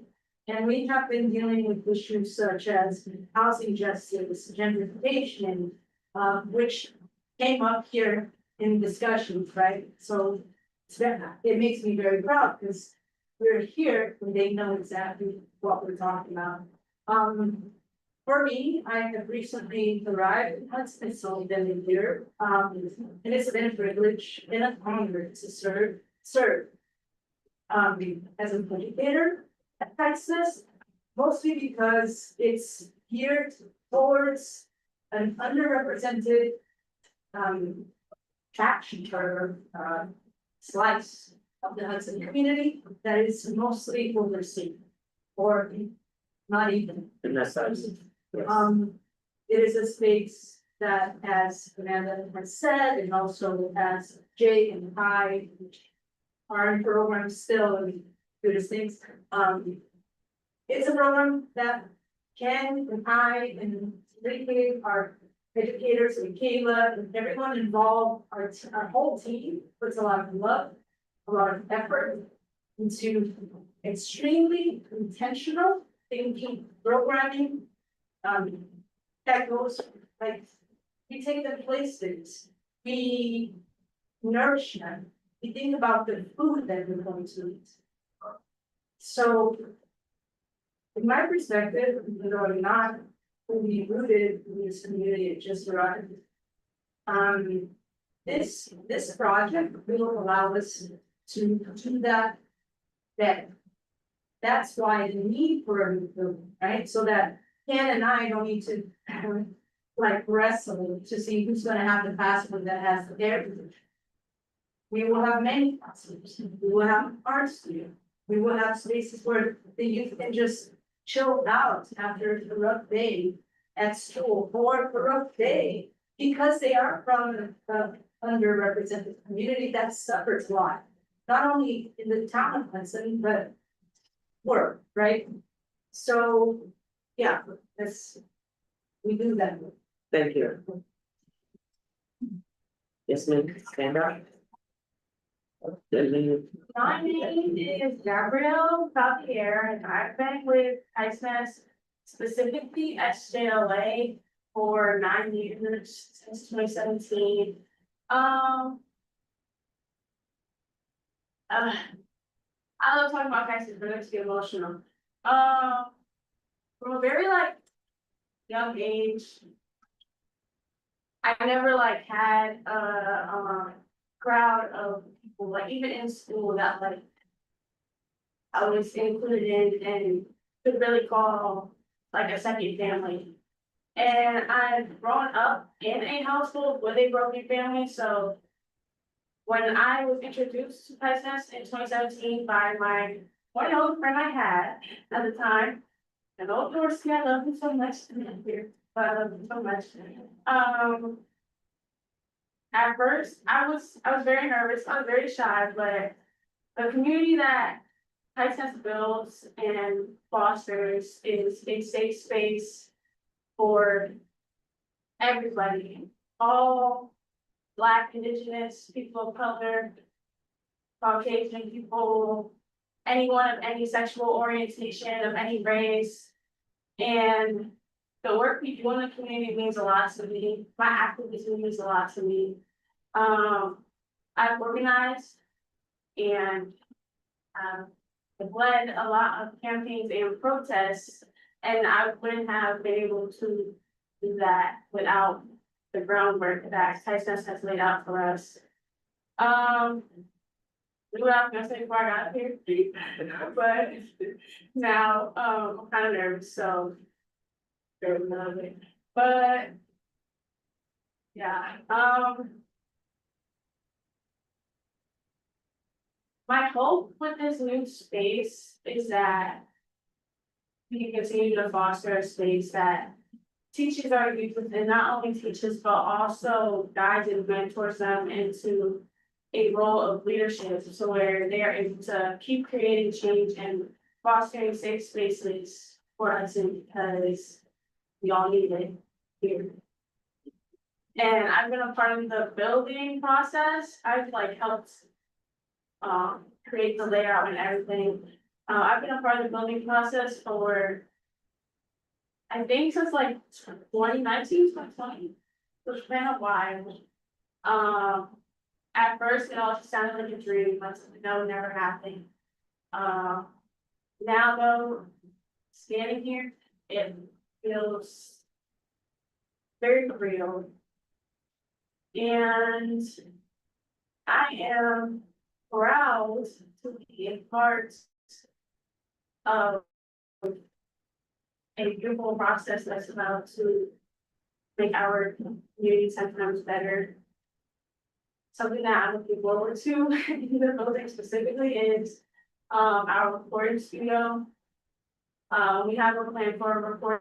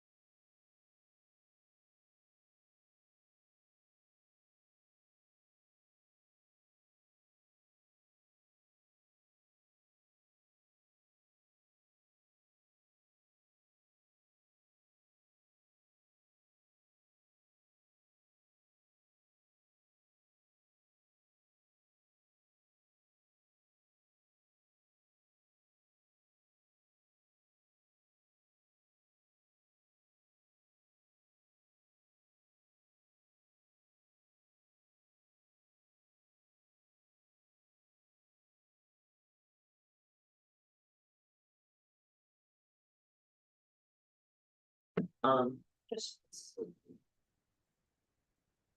You wanna make a comment on? Okay, I'm not, okay, yeah, I mean, I could yeah, briefly summarize. yeah, briefly. But the You have it, letter provided on August fifth, which talks about, the next issue, there's been some. Coming in and piecemeal, so first we want to get it all as one. So some good stuff up front, some letters of support from the mayor and the police department, safety and traffic calming, so on and so forth. There's correspondence with TC because of there's freshwater wetlands on the site, which obviously is good. And then the floodplain, I think, was previously discussed, and that was one of the primary items. I think really even more than that section, we want to get nailed down. I just want to say, we've had the conversation with Christian. Okay. He's asked us to do the HEC-RES, and we're asking you publicly. To not have to do that, to talk to us about another alternative. All right. Yes, thank you. All right, okay, so, you can keep going, we'd love to actually know what else is holding it up. I mean, you know, the lighting which was brought up, I know the traffic study comments, It's been submitted. were just, you know, you guys see the traffic study. There was a letter provided late today, so. Just got. You'll be able to read that, that came in very. late. And there was some conflicts between the architectural plans and, civil plans, like some grading, soils, and planting. I mean, from my reading of this, all of this, yeah, resolved. Yeah, we're trying to understand your comments so we can bind up the clear final submission. Okay. With. You know, so that it is an easy yes for you all. I mean, that's where we're at, and we feel confident we can do that by September. Okay. I just need to understand what each of your concerns are specifically, so we can meet that. From, in order for the board to move forward, seeker's the big outstanding thing, and everything. From a legal perspective, I'm gonna advise the board until the engineer does come for flooding. That's really the only thing holding up seeker. The other stuff is all site plan consideration. The board do not make a determination without really fully having it. And whatever studies needed, again, have it. So you're thinking about September? September 9th. Yeah, we feel very ready and capable to meet that. And you have to give Christian, if the baby's done, Maybe it was born today. all right? Happy We got a new PBB, planning board baby. All right, Okay. So, so to whom do we get? Send it to DNL, you can copy myself, Chris won't be out that long.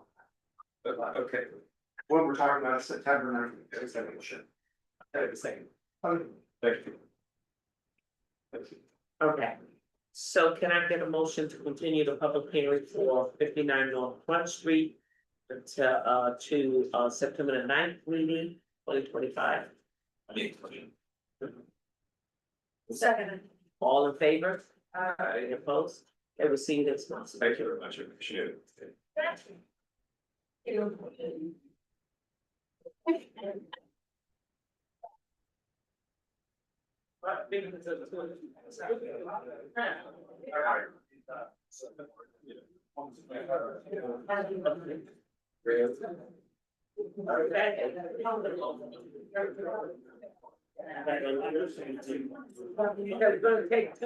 gonna take 3 minutes.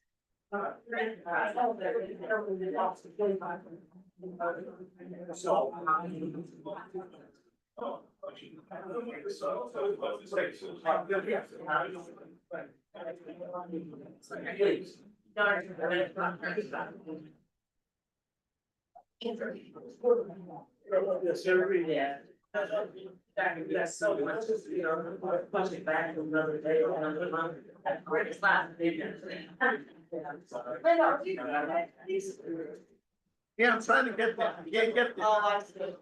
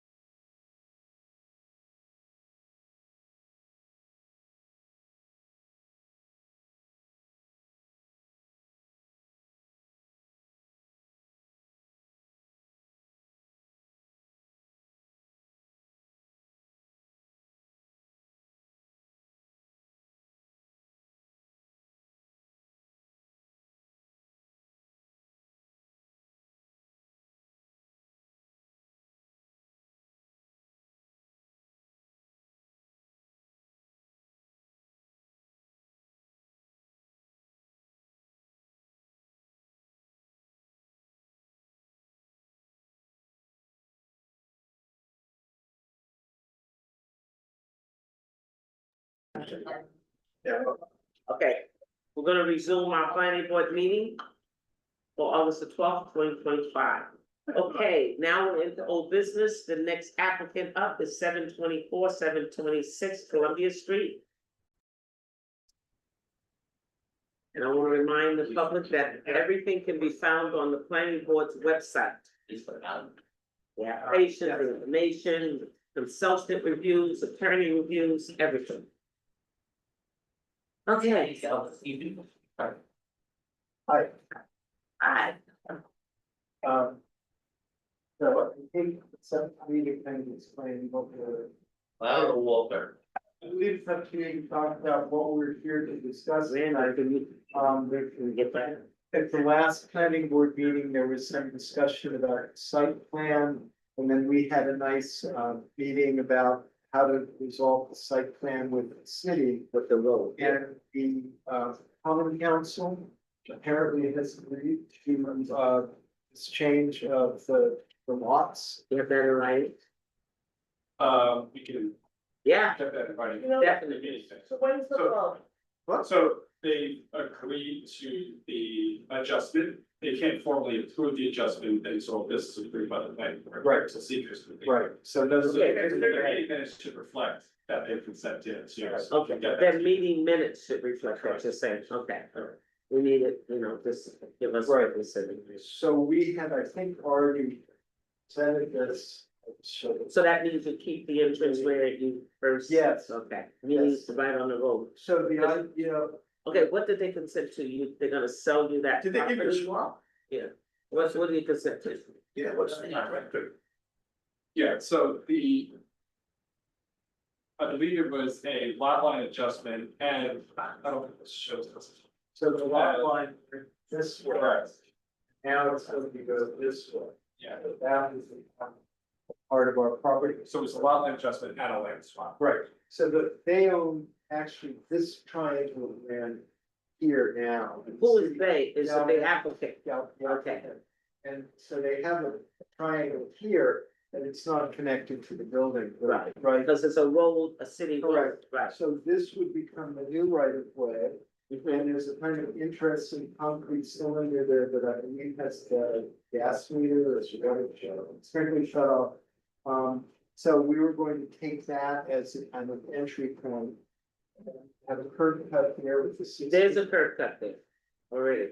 we would actually move the curb cut is actually here.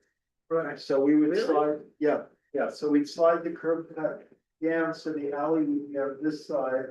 And then that. So in other words, the alley would end before it gets to your entrance? It doesn't end, it bends and goes out to Columbia. Okay, so where's your entrance, your main Our entrance? main entrance is here. Okay, And these are the secondary doors that we discussed, that have the hooks over them, so that, when the alley right away. what was that for, the secondary doors? We were originally gonna use it as the theater exit. Then when this issue with the alley came up, we redesigned the inside, so we're not using that as an exit anymore. We still have doors that could eventually open out onto the street occasionally. And what is that right next to it, right on the end to your left? Sorry. The main entrance and the big entrance, and then right to your left, you got two doors coming out on both sides? These all exists, all of this. No, exists. right there, This one, the yeah, next one, this one. yes. Oh, that's inside the building, that's a little fire control room, that's. Oh, that, okay, this- there's no this- exit. The building line, yeah, this is the building line That makes sense. along here, there's one existing exit from the return brewery that comes out now. That's like an into the emergency, exit. yeah. Emergency exit. So the main idea here would be the public would have this process for the theater. Use this area for drop off.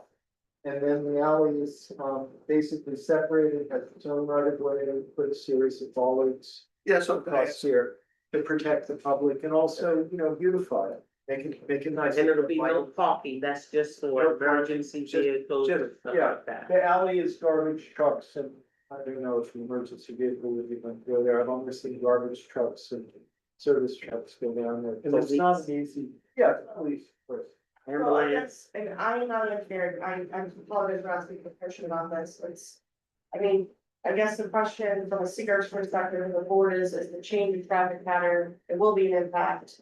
Is it something that we need a traffic study to, how does the board feel about the impact to the change of the right of way for emergency vehicles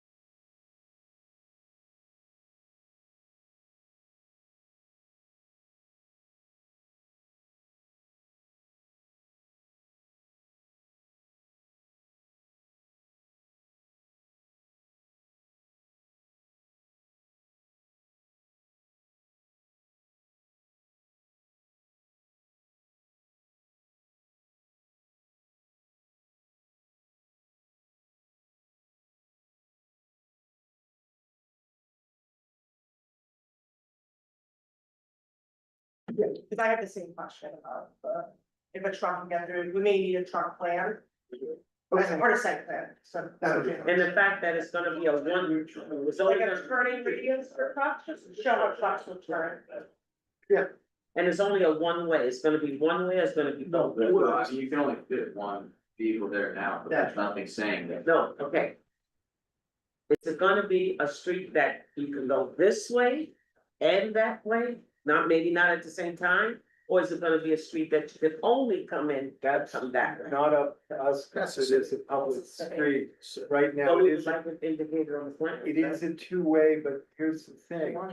Yeah, You're very unlikely ever to have two vehicles coming at the same time in that alley, because it doesn't go anywhere. but I'm not, that's what I'm just saying, it doesn't matter what they come at the same time. Yeah. But the fact that they can come either way, and that means your people, when people come in, they may take that as coming down, is that Columbia? Then they turn in there, drop off where they want and then go on. So I just wanted to be on the plans that it is gonna be a two-way street. Okay. They don't have to be going the different directions at the same time, Yeah, but it is an alley that can go, And also, we don't East know or the west? number of cars that. yes, will I drive don't on know. there. We make the assumption, but I think you guys look at the areas. And not only that, once that's there, I can see people that's going to that theater using that as their drop off. Oh, let me drop off the family, then I'll go far. Let me drop off mommy and then I'll go far. Let me drop off grandma, me. Drop me off, Yeah. go far. me too. So these are things we would like to, that you can make. Does in any way, we sort of drop off the, but is this any way interfere with the sort of comings and goings of the gas station? Just right next door where people are coming in and out, stopping. No, they're like down here. No, No, yeah, that's right. Sorry, there's two gas stations, one right next. Oh, to I'm sorry, that one, yeah, that one right there. Yeah, so that is actually around the corner. Yeah, kind of, but I, you know, I'm saying, if you have people coming to park. Yeah. But then people trying to get in and out of the gas station. Right. I do want to point one more thing out. First of all, this, we're moving further away from the gas station, so to alleviate the confusion. Oh, What you said, but is it the door? The door's at the corner. That's where's the door gonna be? This door? Yeah, that's the main entrance. Yes, So the that's gas to the station neighboring is here. property. Right, so that's what I'm saying. But the door already exists, Yeah, true, true. But We're nobody uses worried that they're Nobody gonna uses- drop off. because here. there's no use, yes. Right, Right. so. Well, we could extend this and show you that as far as I remember, you can come down here, go around the corner, and there's a little building. And then the gas station enters past that, so I think the gas station is 30 or 40. No, I know it well, because that's where the red box used to be. That's where it's, so I used to get my movies from there. It was exactly there. Yeah, but what I wanted to add for these, roadway concerns, and on its narrowest spot over here, Mhm. the alley is only 10 feet, 6 inches wide. And the entrance here is 16 feet, so this is significantly more space than. Yeah, yeah. And everybody that is driving in the city. We're not choosing the alley for no reasons, it's, if you're on Columbia or you're on State. You don't make the turn around and try to squeeze through here, if you don't know what's happening here until you're here, or you're coming out. Yeah. That's not a conscious choice, and yet this is two-way traffic currently. There's no proposal to change that, and that's why it's barely used, right? And so again, the switch is really just from here to here. But once you build, it will be used. Also, another thing I want you to take in account, and this may not be, this is something from personal experience. Now, when they're coming out of that street right there, that's in the middle of, it's right in the middle of the street. If you don't give enough room for that person coming out to see, because sometimes you have parking right at the corner of an exit, and you can't see what car's coming. You cannot see it, you really can't, and until your car is halfway out, and here comes a car. So those are things you. So you're thinking the planting might obscure the view? Make, it's right now, there are parking spaces right up to where the, yes, parking spaces right up to where Right. the curb is now. The parking space ends there, then the curb cut, then another parking cut, but it's not used. That The area parking is is not not used, used? no. The area in which that road is not used. It's not used now, the road is barely ever, it's not used. Yes. You're saying if we make it nice and pave it, people will wanna come in there. but coming out of there, you gotta, plan well, so people have enough vision when they're coming out, that another car coming this way won't hit them. Are you asking to reduce parking spaces I along? don't know if it's reduce or No, what that's, it would be. that's the city. Yeah, that's. But honestly, Yeah. every alley, Maybe a Hudson, light that blinks you're to let between people two know that they're buildings, coming there's out. no sidewalk. You know that you pull up, basically, you make sure there's no pedestrian and you pull forward enough without going into the street, and then you can look. Once you're at the But I think side. what Sometimes that's not good enough. The consideration, you have to make consideration in that planting, where you have Yes, exactly. those, things like small trees. Yeah. It would have to be a low profile, and the plant shouldn't be too high to obscure. So we picked crab So you can apples for see. that exact reason, so there's a canopy But over, so the It's not, driver. is it gonna be that type of a tree that's gonna, it looks like it's lower to the street. These are crab apples and there are a couple of them in the street actually. And they have a stalk and then at about 6 or 7 feet, it branches out, so you would basically have just two trees. Yeah, on one the landscape side. plan that's not gonna block. Yeah. Exactly. Right, Thank so you. that's- And we wanna see it. Yeah, It's Okay, not gonna we block believe we're the- presenting it to you now, but yeah. Right. Is if the door to get in is mainly here, don't be shocked one way or the other. You see, this is where they're gonna park, Yep. let people To off. let people, And either go that way exactly, or that. Exactly. That's what I exactly. think. That's what I'm saying. I'm sorry, I'm not an engineer. Get off the main Yeah. road, let people get out and then move. I personally, as a non-engineer, I see it and I think, like, from a legal perspective, from a seeker perspective, how do you know? It's up to the board to decide whether or not you think it's gonna impact traffic for having more cars on the alley. I understand there's no people on the alley now, but I mean. you It's may- definitely gonna. So if that's something the board is thinking, then I think you want a traffic study. Well, but is the study, is it gonna be enough numbers or? And let's make this. Yeah, it's, cause we're talking That's right. specific I site. think they'll get more people there, because I think a lot, let people get out and then you go Keep going. more. That's all. Right. But I don't know that that's a bad thing compared to next to the parked cars, Mhm. stop, Safer. double park, let them get out and then move on. People are gonna use that. It's- I think they are. Yes, they will. I'm human. Yeah. That's right. And I'm going right in that person spot. needs time to That's have a right. party. Exactly. That's right. So you have to consider your landscaping where, it's not blocking vision or blocking. I'm confused, are you concerned about that happening, or are you happy that? I think they're that's trying to decide. that Rather right than now. double parking. I'm concerned. You're concerned, you would prefer it to drop off. No, it's not what I prefer. I know they're gonna do it. It's going to happen. Yeah. So I want you to design it knowing that it's going to happen. It's going to increase the traffic there. And make it so that it won't cause an impact on traffic coming this way when they're going in or coming out. Right. That's- It's two-way traffic, and It you're a bunch is. of cars coming, you're gonna have two people coming to drop people off in a bed from opposite sides, so. So they, Right, and then you have the gas station traffic Yes. coming in and out. What do we change this? want you to, isn't that a question you need to ask your people? I think the With something planting, like- because you mentioned the We planting. can't tell you, we're telling you our concerns and we're gonna need you to figure it out. So, isn't that the way it goes? Yeah, I mean, Am I wrong? no, I think that's why, and I call it, maybe a traffic study is the best lesson, like, I'm not an engineer, I do not know, but like, I think. If the board's saying that they're concerned about the traffic flow, I just don't know what metric, you need something that shows for secret that it's safe. If the board can't, there's nothing for the board to go off of, it's safe. And I wanna, in order for the board to feel comfortable, can't speak for them, but in hearing what you're saying. I think that's something that they're concerned about, and I just don't know how to mitigate that, even in like, Landscape plan has site plan, it's. I don't know if it's the landscape shown on it. It's that, yes. First plan we said earlier, because it's thin, right, it's 10 feet 6 to 16. It's just showing how that flow of traffic. The trucks or the cars will go through the alley. I don't think we're trying to change the one way to the. No, we're not. maybe I propose just- signage. That's, Or yeah, maybe a blink, we don't know, come up with something. You guys are the experts, we're just residents. On the planning board. You're the expert. That's right, come up with what you know of, this is not your first rodeo in building something, so come up with things that you know about. Okay. And present them to us and. But there will be some limitations on that, given with the swamp, it's a city street, so we Yes, can't. of Our course. street. That's right. That's right. Can't change. No, come up with what you can. But we're assuming from the tenor of this conversation, that while there are specific issues that you're concerned about.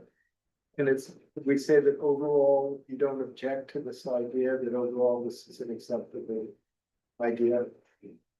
Yeah, I mean, the way you got it designed, well, it's fine. Yeah, that's, I think, just under the Concerned about conditionality that we know that it's I mean, safe. That we personally, I can don't have, verify that it's a I safe, can't speak for everybody. All right, safe, safe way to. We're all enter independent. it. okay, so these are good things to address. And that's the entrance and the exit. Sorry, this, Yeah, that's the main entrance and that's gonna be the. Where's your emergency exits? so we have, apologize, I don't have the full plan here, but we have this here. The main entrance. Which is also, emergency exit, we have an emergency exit back here, then we have a third emergency exit. Okay, Over and then the big exit there, what is that? Yeah, So that was when this was a foundry in the 19th century, there was an enormous pair of wood doors there. I know, but what are you doing? We're going to put the enormous pair of wood doors there, but then because there's a theater behind it, we're going to soundproof them and leave them closed. They're never gonna be able to be open. They can be opened, but they won't generally be open because they'll be inside the theater. We talked about at one point putting a vestibule here, in which case we would have made those, operable on a regular basis. The way this is gonna work, this is the theater lobby, and this, people, you'll have seating right to there, so we're going to have to soundproof it, and there are lovely transoms there. On the outside, we're gonna cover those inside with soundproofing and black them out. Because again, we put these doors in to restore it to the 19th century appearance before we have use for the building. Now that we have a theater use, we have to, like how it goes, has to be adapted to that use, but there'll be a very beautiful pair of doors there. But they won't be doors that are. Not normally, no. Okay, you're saying not normally, that's means. Well, like if they brought in a scale model of the Statue of Right, Liberty the for an delivery or opera, something, okay. and open the doors. So that they Yes, can get it, yes. okay, so they will be used for if you need a big delivery. I'm not or saying it stuff. well, you can't, I tried to say that before, I think there's a note there occasionally. But, the point is, But you not want to for have the people public. coming in and out, yeah. Not for the But public. how many people in the theater? Up to 300. Up to 300. So let's say 11 o'clock, 10:30, 11 o'clock, show's over. So 300 people are gonna exit that door That little door. Yeah. onto the street and fill up that area. I mean, they have other exits available to them, but that's where they'll come out. Because we're concerned about, we're talking about people kind of trickle in, but they exit at the same time. Right. That's a choke point. That's a big congestion point right there onto the street. Well, that's an operational problem. I'm not gonna disagree with you, because I know you know about these things, but, what can I say? If we built this plaza, would we then be able to open those doors up and let people out? Sure, we would, and maybe that's the answer. We're kind of going with this as we. But I gotta find say, the there's need a to lot do of things. people Yeah. to have exiting, Yeah. at 11 o'clock at night, on a Friday or Saturday night, in an already kind of busy, chaotic Well, intersection. it's taking me time to turn my oil tanker around here, but now that we have this plaza. Yes. There's no reason we can't use this. Exactly. Yeah, so that's, Use this for fire code, will be that's like Yes. in an emergency, how many people can rush out, like that's part of the fire. code. And that's gonna be. And I know that they can get out the back door in that instance, I'm just talking about every day out Oh, but there, it's because part of I it. lived this, I had people Right. exiting, but three, but 500 people. at the Randall, same you're time. going by the merch table, you see, and if it's blocked up, they're going by the merchandise table, so. You have to have something compelling to slow Exactly. down the beat. Exactly. On the State Street side, you said there's two emergency exits there. Yes. Why could they be used for regular dismissal? Yeah. Well, they could. There's no reason, if that's something you want us to look at, we can't. Yeah. We didn't we didn't want to put the exit or the entry there because it's not accessible. No, the entrance is, leave the entrance Yeah. where it is. Right. On Columbia Street, but at dismissal, why can't they use every door? that's- Absolutely right, you can, just Yeah. like they do in a movie theater. Exactly. Go That's every what- popcorn Yeah, door. every- Yeah. every door. Cause you gotta get people to pay when they come in, but when they leave, No, you're right, let them leave. you're absolutely right, and there's a very convenient one that goes down into that little courtyard on, next to Return Brewery, so they can stumble over there and have a beer. There you go. As they run it out. Exactly, Exactly. we'll just have a Return Brewery sign right there in the theater. And all of this will come in your final rendering, just to see everything. Yeah. Okay, and plus, as you said, right, and the fire department, I guess that's the way in. Okay. So, yeah, so I know before you had asked, so the town council cannot move until you guys do seeker. I think we just discussed seeker concerns, so I wouldn't say move on seeker tonight. But this will require a public hearing, it is a subdivision, so I think it's up to the board, I think. Do you wanna set a public hearing, or do you just wanna have them come back with a more finalized plan? I think are your two options. Well, if it, Well, we would like to at least get the letter.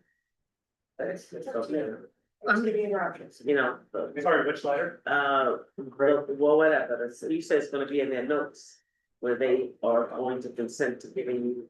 Oh, and that's in the official meeting minutes from the Right. council. Which we can upload to you. Okay. So we at least, just to keep us moving forward. Yeah, you wanna put this, But that they- I mean, our question is, if we set you up for a public meeting, would you be ready? yeah, if we, yeah, That's the question. the question is, if Well, we yeah. set you up for a He's public saying hearing, yes. ready? Correct, so the meeting. Right, so technically you would only be able to obtain. If we can obtain them, draft meeting minutes because they wouldn't be approved till the next Yeah. meeting. But when we get meeting minutes, we can upload them to Unity Lab. As, the board can keep the public hearing open if it feels that there are project changes that we can make. Yeah. So we at least like to take a step and classify the project because of. So the project has been classified, so it's classified as unlisted. Yeah. And then it went back and forth because you changed the project. Yeah. So that it was gonna become fair too, but we already circulated and classified, so I think the next steps for this board, as I envision it, would be. To set a public hearing, and then if you're ready at the next one to get a confirmation, get your determination, so you can move forward simultaneously. I don't think you need variances, so it just would be, just a simultaneous review, so you say think. that? Wait, what was it? No, they. You don't need, I don't think any variances, right? There's no variance. No, okay, great. So I think the next, so I mean, if the board thinks there, I don't know what barrier, I'm not the board, but the next step would be the board to set the public hearing. And then as long as you got your new landscaping plan in to mitigate the seeker concerns and explain how it happens, then the board can do a determination, so those are the next steps. So do we wanna do that, set them for a public hearing next month? Yes, I'll make a motion. Okay, get a motion. I think, Wait, it seems reasonable. Yeah, I think they're really far along, I think. So I make a motion that, It is September 9th. no, not the date, the project is specific. That's one, that was 22. Oh, 7/20/27. December 26th, Columbia, be ready for, go into a public meeting stage. So set a public hearing for, Set it, I'm getting there, I'm working my ass. It's late, set a public hearing for, when's our next meeting date? On September the 9th. On September the 9th. That's my motion. Well done. No, and then, no, they I got it. second. Second. Somebody favor. All in favor? Any opposed? Okay, see you next month. Okay, thank you all. And we'll, the children have communication back with Yeah. what we were talking about, okay? I could, yeah, just upload them and. And They try to come back with a nice. Love it. Let's do maybe some ground floor analysis. Okay, no traffic study, I'm saying, just crowd flow analysis. I would like to see a ground floor analysis. Yeah. So, Are you guys ready for a site visit? Like, they're not, like, the building's already there, so you do a site visit. Do you have the separations and stuff? No, not yet, inside the building. Interior walls. No, No, no, okay, so you're not, we'll wait. Well, you're welcome to come and see whatever you'd And they like to could, see. I'm sure the engineer or someone could be on site to show you what the line would be, if that's something you want. Maybe for you, but I assume. Maybe. David, we'll let you know. Should we mark it out? We can make it next. Where make a the line, decision. where we. We'll make a decision about that next month. Yeah. Yeah, it sounds like a good idea. Site visit. Yeah. Okay, we can, if you'd like, put paint down Yeah. to show. Yeah. Yeah. Well, we're gonna make the decision next month. All right, so we'll wait and then Yeah. after that, we'll Right, decide. not this year. Great, okay. Thank you. Thank you. Bye. Okay, great. Okay, 708 State Street. I can look at that. I know last time I took yours. I know, it's all good. Can I do a wall today? Yeah. Nice thing. Are you with those guys too? Slightly different group, yeah, I'm civil engineer for the depot project. Okay, Attorneys with us, Representative from Galvin is here, we'll see, we have a dramatically reduced yes. ask of the board, almost no red on here at all. The ownership and all got together after our last meeting, had some significant questions. Right about that. And clearly everybody decided, let's just install it all the drain schemes, so that is completely off the table. Couple of small asks remain, and we will discuss the steel rates. I'm sorry, what's off the table? All the request to remove any landscape. So that is all, it's all ordered, actually, it's all getting installed per plan. So that's no longer a topic. Okay. The things that are remaining to ask is just a couple of small hardscape features. Yeah, okay. There's seawall interior to the circle here. There are the cast iron grates, which we honestly would love to have gotten out of there before we got approved for the board. They're just long-term problematic. What are they? What are they? They're around the tree, when you put like a view out here on Warren Street, they aren't there anymore because of. Oh, the little things on the bottom? They actually are a grate that goes around the tree, when the Yeah. tree is planted in the side. You have that there? Well, that's what we're asking to remove from the plan. Where are they? We show them in two different locations, along State Street, and also on North Seventh. Oh, I've never going to stop. Right, and that's one of the reasons why we're asking to remove them, because they're okay when you put them in, but they become problematic over time. And I'm speaking from the engineering side, not the landscape designer side, but as you can see, for example, on Warren Street, they're all gone, they were there before. And what are you gonna fill it in with dirt? You have basically in the beginning, in the middle of the sidewalk, where the tree is planted, these cast iron grate they go around, they let air get to the roots, they let spark up. They all get pushed out of the ground, they're incredibly expensive. I even noticed on the way in, tree roots up the street would have a rectangular shape from where they were in the way, that's the floor. So that is our landscaping ask for our amended site plan approval, it's very small. Again, all the plantings, all that stuff going in per plan, and it's all. That's very hard for people to tell what it is. But It is, it It's is, make it colorful. well, yeah, so Where's the trees? all the trees are circles throughout. We tried to highlight the differences in the plan by creating this presentation. We didn't fully cover the entire site plan because all the trees and all the landscaping are back in the proposal. So, small section of fence, as we discussed, was in the attorney's letter.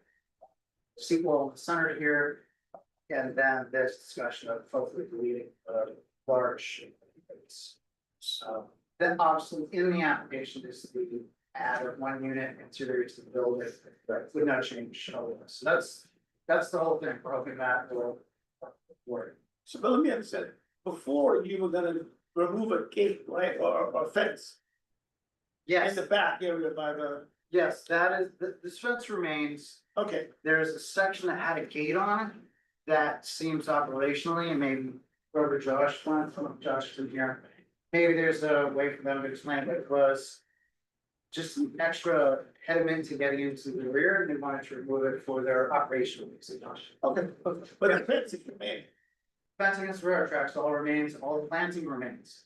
Okay, and now you just wanna remove the grates around 2 trees? No, actually, they were proposed around all of our new street trees in North Seventh, along with the whole reconstruction. Oh, they were proposed. They were proposed. They're not They there never, they anymore. don't exist now. Oh. Also, we I never saw that. And they haven't installed it yet. Right. And you're asking, you don't want to. So the only question they have is if you're gonna remove the grates, you wanna be sure you're not causing any pedestrian or any traffic, walking hazard. So in the square, instead of the grate, you're just having it filled and, mulch bed. Right, okay. Yes, absolutely. But won't something eventually grow up and out and over? It's actually far easier to maintain. I agree with that. It's easier to maintain. Yeah, the grates become a problem as they push out, they become a trip hazard, and they end up in the backyard of PPW looking for somebody to recycle. So. You know, I wanna ask a question now, all of the trees, those are trees along this North side. six, seven, right? Now, there's a road that goes into, what is it, Department of Railroad, right? Railroad Avenue. Right, Railroad Avenue runs up here. now that tree won't block the vision when you're coming out, oh, you don't come out that way. No, You this just go in. back. You just go in, you don't come out that way. That's correct, just go in there. Right. And then when you go to. Then you come out another way. Right, and part of the original improvement was for us to develop this whole Summer Street parking and really just rebuild all of that stuff. So, we have a pretty extensive setback park from that intersection, which, you know, in the older sections, so you can't take it, it's already there that easily, but it's programmed in here, so everybody has good setback. Yeah, I wanna ask one more question. What is the safety barrier that stops kids from going onto that railroad track? There's a fence. But the fence is just a little fence.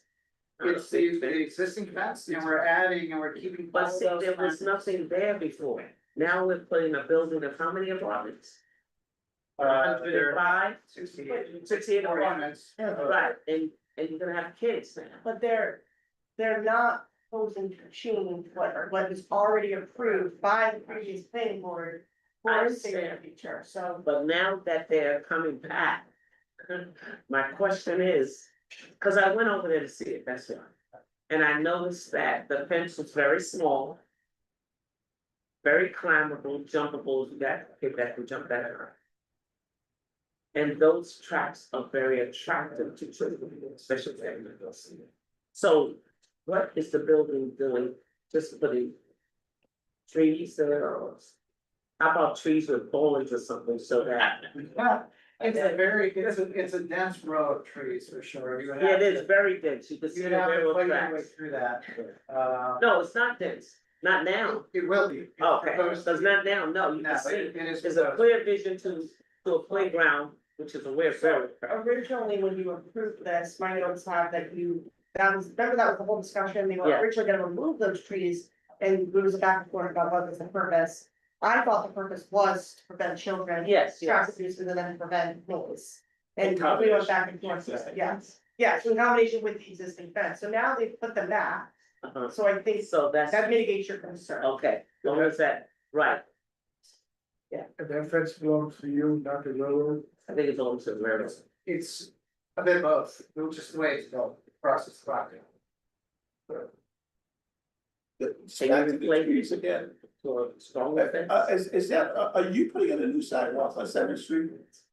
I'm sorry? Are you putting in a new sidewalk on Seventh Street?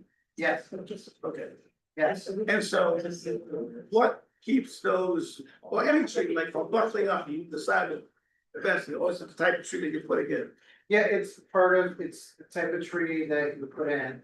Hopefully they've studied the correct full growth of the tree. Right. We see everywhere, as trees age all the time, again, we'll just have to walk out the door, it's here right there. They're beautiful, but they've grown up and they have to be taken care of.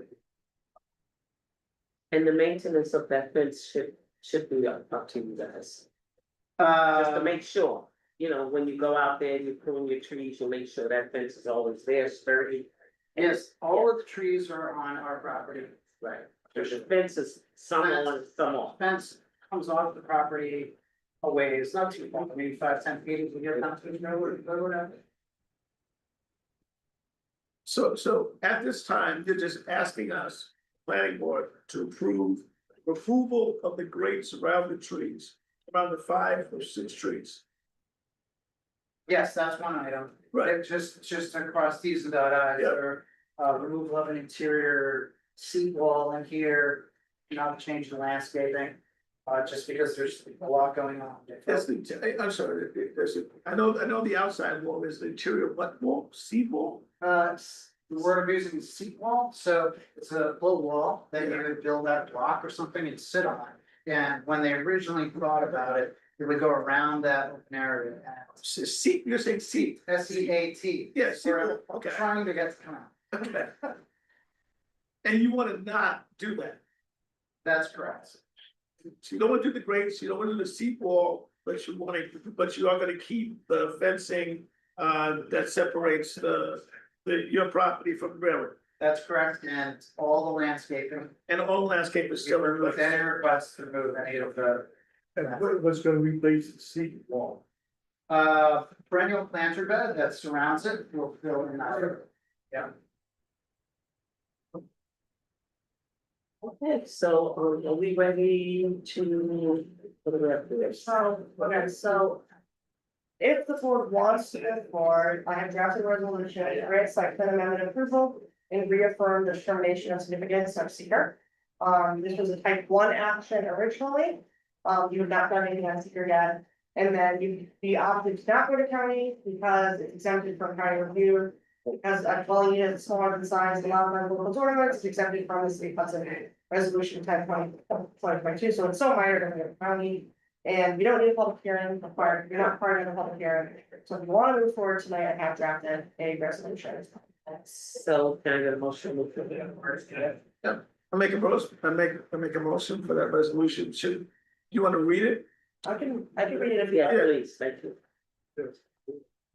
So I distributed it out, so resolution granting site plan amendment approval and reaffirming the determination of significance. Whereas the applicant Galvin Foundation has submitted an application for site plan amendment approval to revise the landscape plan. To convert a proposed co-working space into a 2-bedroom dwelling unit. Unlimited project on the property located at 6570 North 7th Street, 62 Washington Street, and 708 State Street. I actually don't think that's the address anymore, but I wasn't sure if it actually, it updated your address yet. So, is that the right, is that the right? 708 State Street is what we have. Is it just one parcel now? Is the subdivision? It is. Oh, you want to post it? I have to remember, it's not 3. So I'll leave it, I just Yeah, wanted, 3 to 1. yeah, I just don't know what it is actually. My head is still on 308. No, it's okay, it's okay. I wasn't either, and I looked up and it wasn't, I didn't see the map, so I was like, I would just really tell you. In the general commercial transit district zoning district, whereas pursuant to 325-16A and 325-35 of the city zoning law and January 4, 21, I would promise, multiple dwelling uses are permitted in the 260 zoning district subject to site plan approval. Whereas in September 14, 2021, planning board determined that the project would not pose any significant adverse impacts that a draft EIS would not be prepared. And whereas the project is depicted on a session entitled amended plan, Hudson Depot District prepared by LCR Group dated September 6, last by July 18. Whereas the applicant has submitted a short environmental form dated April 28, 2025, to submit to the state Environmental Quality Review Act. Whereas the planning board has considered all of the following criteria in 6 NCCR 617.7 and thoroughly analyzed all relevant areas of environmental concern. And whereas the amended project is exempted by Columbia County Planning Review because the dwelling size that is smaller than the unit versus by local zoning is exempted from such.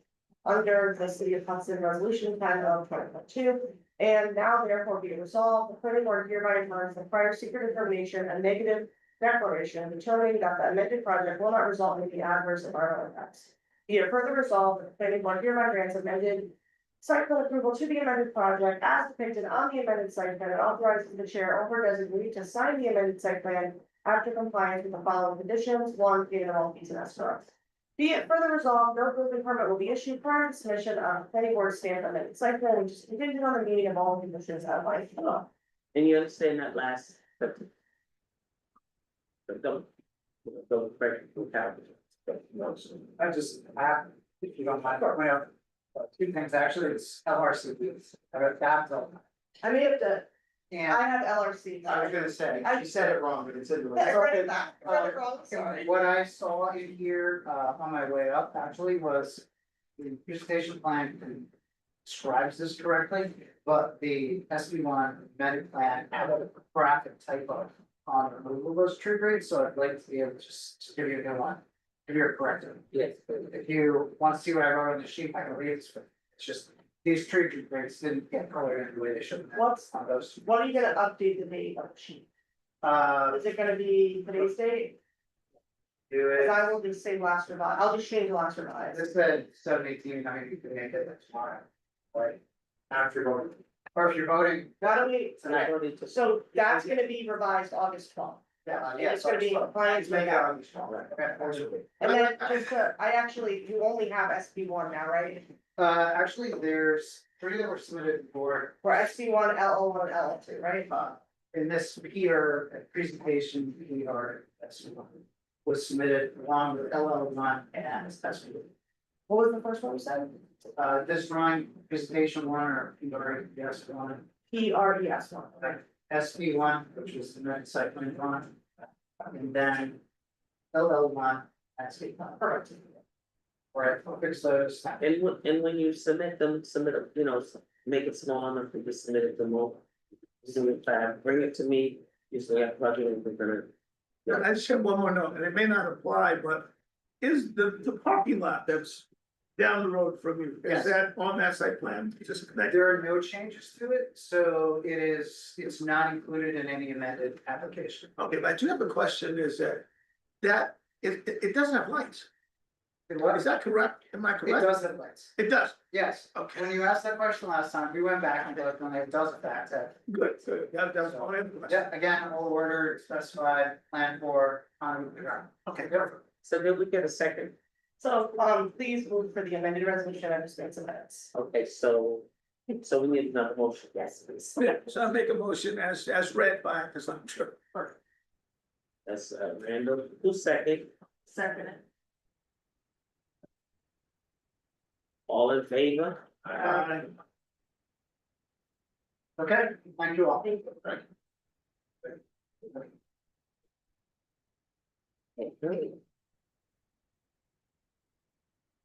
Okay, 41 North Second Street.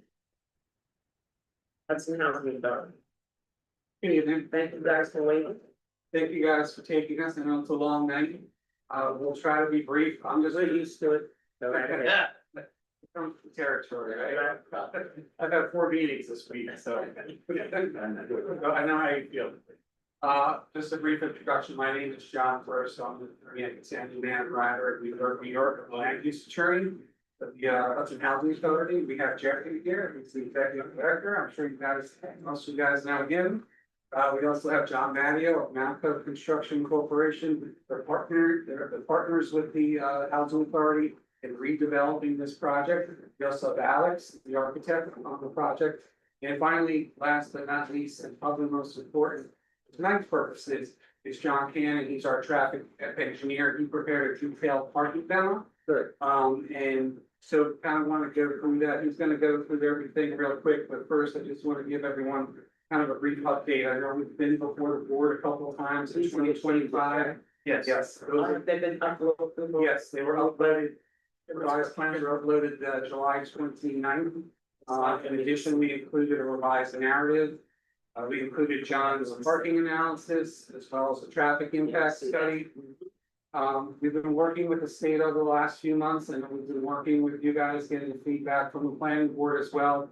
We think what we submitted on July 29th, we're very confident and comfortable. We believe we have a great plan, a great site plan that satisfies the state's requirements.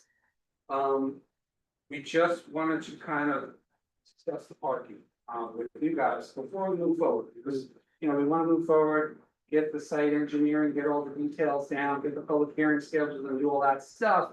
However, we want to talk about the parking with you folks to make sure you're okay with what we're proposing. Randall can read it, he's working on the rendering, so you Sure. can see exactly. Yep, I'll hold it up as John. Because it's different from what it used to be. Right, it's slightly changed. Yeah, so State Street, you're not trying to close off anymore with the borders. Yeah, so that was in That's the- March, we talked about closing off State Street, then subsequent to the March meeting. We had a meeting with the state, and the state said, you know, we don't really have the funding to close, it's a great idea on concept, but you know, the job here is to provide for. And you don't have the angle parking on, Columbia. on Columbia. Correct. Was First Street gonna be continued over to State Street? Because this year shows the parking lot. Yeah, I see it. Oh, so that, yeah, that was gonna be a road down. Right, it was, So now it's a parking lot. You could technically, practically still drive through, but you know, I remember somebody saying that First Street was gonna be continued over to State Street. Now here, you have the parking lot. correct. The parking lot is not a drive. It's not a public street, it's a parking, lot. correct, So First Street is not going to No, be continued. correct. Correct, so I'll have, since, you know, we've kind of segued into it, I'll hand it over to and I'm John. noticing the parking is gonna be, there's enough room back there. Yeah, I guess so. When you say back there, But see behind the force, yeah, enough room. Yeah, that's. Yep. It looks like you're on a cliff. You know, the, well, it's just because across we the did, street is on a cliff. we didn't, it is kind of steep, but we didn't color it in beyond the property line. There you go. What's the dollar? It's on. So what? The dollar. This thing is. Thank you. Thank you. Here, sorry, it's late now. That's okay. I just see dollars. Randall has it up. Yeah, it looks. What's the green stuff? What's the green? It's just green? Generally grass or trees. It's green, okay. Yep. So you're no longer putting, so the parking's gonna be in the back of the building on side, Building A1, building A1, there's no parking underneath. that's correct. Okay, and you have a little bit of a sidebar. And how many units are those? Yeah, I mean, So phase one is 160 units, 166 units. 160 was phase one. Yeah. Okay, and the number of parking spaces, For phase one is on street, I think it's, I'm gonna say, I'm gonna explain the whole lot in a moment. Yeah, But phase one, the book of my plan here, sorry, it's right on, it is. It's 166 spaces, of which 125 are on site, so it's 125 on site For phase one. for phase one. And it's 113 on site for phase two. The reason for the reduction in the on-site numbers is we're taking away an existing 23 space parking lot to build the second building. And we're adding an 11 space parking lot in its place, so it's a net loss. But I want to thank the board members because your memory is very good on this. We had all these discussions about head-end parking and State Street and whatnot before. We had a brief conversation about the importance of parking, not too much, not too little. And we said we'd go away and come back with a plan and explain it to you. So since then, basically, we went and we did parking surveys on a weekday evening, on a Saturday afternoon, and then at midnight. For the existing streets and parking lots on the property, so there's 4 parking lots on the property right now. And then there's the streets that front on it, Columbia, North Second, and State Street. So we counted the number of parking spaces, we divided by the number of occupied units at Bliss. We determined that the average occupied unit at the current facility has 0.56 parking spaces per unit.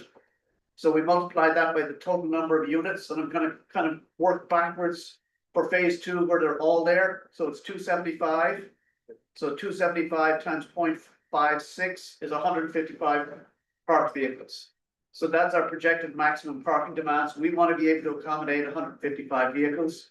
So we're proposing 113 on site, 51, 11, 32. And 11 here in the future, phase two, and 8 behind the townhouses, which is 155. And you're still 113, sorry. And you're still maintaining the on-street For parking. the on-street parking, we're going to count that, I'll explain it a little bit, we've got 15 here, 19 here, 9 here. And 13 here, this already exists, we lose 1 space because we're cutting in for the parking spaces behind the townhouses. Some parking exists on State Street, but not a lot, we're proposing, it's wide enough to have parking on both sides. So we're proposing to provide parking on both sides. You said there's parking on Second Street. Back there, or on the opposite side, on the other It's side. on the opposite side, it's on the other side, yeah, Question, we went through that really quickly. sure, So you said you took the number of occupied units. units currently, so Yes. how many is that versus how many there are? So there's 135 units now, 85 were So occupied. are you anticipating that you're gonna build all these units and then not gonna be occupied? No, we were just, we didn't want to base our parking ratio on the number of existing units because we'd be counting the number of cars. And we'd be counting all of the units, but not all of them are occupied. So we said, let's see how many units are occupied. That's our base rate. So I'm trying to remember, maybe it was 48 cars, right? And there were 85 units. So there were 48 cars parked divided by 85. That's a 0.56 ratio. That's the average number of cars parked per unit. So now we have 276 units, which is what we have. They're all occupied. They're probably not all can be occupied, maybe 270 occupied. There's 276 occupied times 0.56, which is the average. That's a peak parking demand of 155 cars for 276 units. So you were finding the average based on what was. Well, we have it on the screen. Yeah. But to Monica's question, right now, you're abnormally occupied, the occupancy now is low. Correct. Not typical, atypical of what it will be when it's regularly leased up. Yes, correct. So I don't know about if the 0.56 number is really an accurate number, since you're lower than you would normally be. But we only counted the occupied units. They're taking that into account. Yeah, they That's adjusted why, it. yeah, and they addressed it. Okay, all right, so we're talking. No, it's a legitimate question. That's how we address it. Also, it's proposed to relocate people that will still be there into the new building, so that kind of supports the rate. We're proposing that, I wanna ask you a question. yes, Are those circle trees? they are. Why so many trees? Madam Chair, can we answer that question another day? Okay. It's a very good question, but Okay, go ahead. so what we're proposing is you have streets, you have parking that's permitted on them now.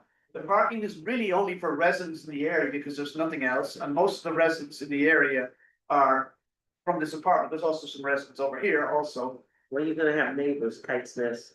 Yeah, well, actually, one of Kite's Nest site plan issues is that they provide enough parking for their folks, right? Which I don't think, no, alright. There is another block between here and there Yeah, it is. that you could park. So- Yes, Styler Court, yeah. Yeah. So what we're saying is all of these parking spaces exist, right? We're trying to put affordable housing in. The code says we don't have to provide any parking, right? And so we're not Now you're doing that, right? All we're saying is we should consider that this parking naturally is going to be used by these folks. So we should be allowed to count it and make sure that when we add up all the parking we have, that it meets the demand of 155. But right now on State Street, is it no parking? Cause I've never seen cars parked. Well, you're right, there's like 4 or 5 cars parked there, and there's bits at the curb that are yellow and bits Yeah, that are yeah, not. so it's no parking there? No, there's some parking. There's parking on State Street? Yes, yes. Oh, I never hardly see cars parked. yeah, Yeah. but what we're proposing is that, I'm sorry, No, I was saying, about we said it offside. we want to put 276 units in here to house people, right? Yes. And we believe we need 155 parking spaces. And we can get that by providing 113 on site And then the and rest of the. 56 on the street. And Sounds okay. that's our plan, right? So the first thing we want to do is to come to you, the board, to say, yeah, we think this is a good idea. If you have any, comments or suggestions, we'll incorporate them, see how we can make it work. The next step is the trees and all the other stuff, but if the parking doesn't work, then we have a fundamental problem. One of the issues I would point out right now the city has alternate side of the street parking, even odd, right? Yes. In the community that I live in, right, my house has no driveway. It's a street just like these, we all park on the street, we're allowed to park overnight. But the street cleaning occurs from 8 to 10, Monday and Wednesday, alternate side. And the reason is, we all need to park overnight, and then in the morning we get up, some of us at least get up to go to work, right? So you can do alternate side. So we want to ask the city to change the parking regulations on State Street to somehow figure out if they could do street cleaning in the morning. So that Yeah, it's a common council. It's a And the planning board can't rely on that. Yeah. You 100% can try, and that sounds like a great idea, but you guys cannot rely on that. we support you. So that's what I Go ahead. wanted you to hear, Madam Chair. We have to go to the planning board, or the common council, right? And we have to make our case, just like we're making our case to you. We would like this board to make a recommendation, if that's possible, to support it. What do you think about that? It's good. Yeah, I mean, I don't have a problem. I don't have a problem. What do you think? And it's not really, as a practical matter, not gonna affect your residents, because they all have parking spaces. Well, some of them are going to be parking on the street, right? They don't want to get up in the middle of the night and swap sides. Yeah, when you're pulling in, when Yeah. all It your would phases provide go down, yeah. Provide more parking for the area. Poke holes, Yes. No, as for poke holes, You know, for snow, that's not true of snow, the issue still stands with snow clearing, and then I'm thinking of snow storage, like those, listen, it's not to scale, okay, right? I can't tell by looking at the 23 parking, like the 32 parking lot spots. Yeah. If you're gonna have snow storage space and you're, and like, so what, so are you accounting for that? Are you accounting for handicap? I see something. We are accounting for handicap. Okay.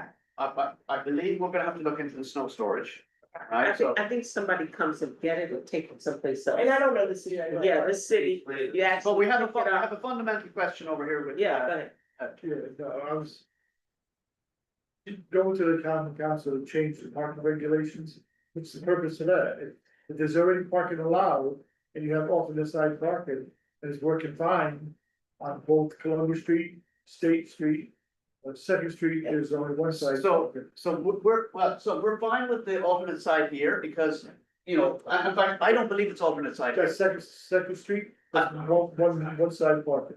It's one side parking, and I believe, my memory is correct. There's a daytime street cleaning on this.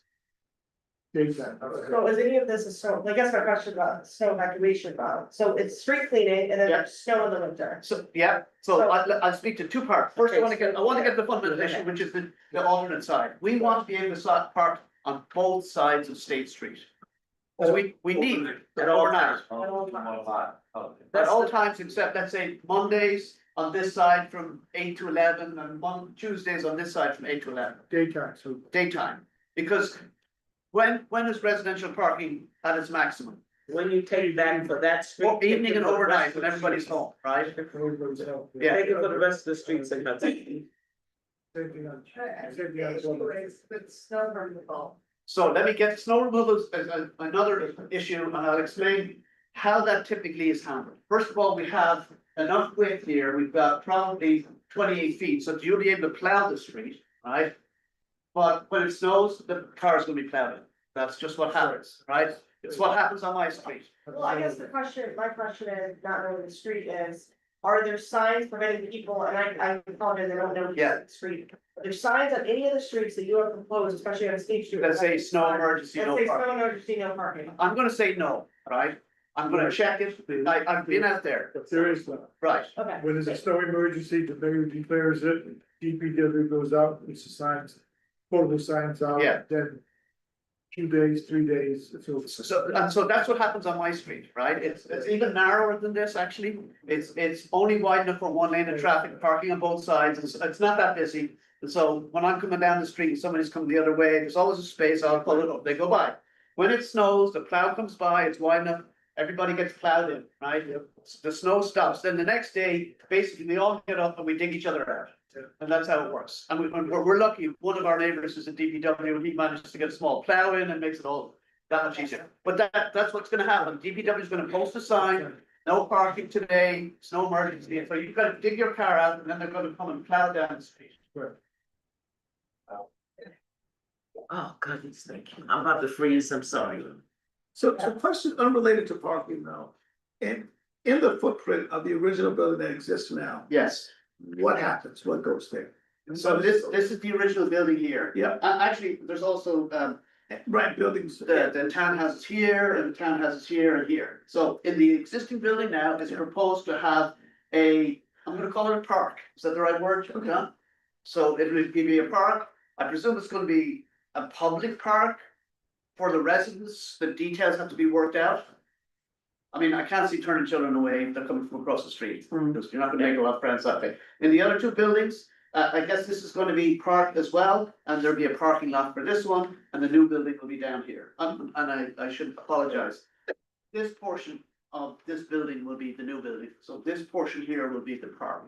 Okay, and the playgrounds are gonna be like right now, the basketball court and the. Yeah, we've got to figure all of that. out. Everything's Like that. That'll be somewhere within the play. Right. Yes. Okay. And it's like, before we get to those details, we wanna make sure you guys are okay with the parking, Got it. because if you want more parking, then it's gonna take away from some of the green community space. Gotcha. We think we've hit the sweet spot, as far as the number of spots and the layout, but we wanna make sure you guys agree before we get into the details of the site. What is roughly the green space? Did anybody roughly calculate it?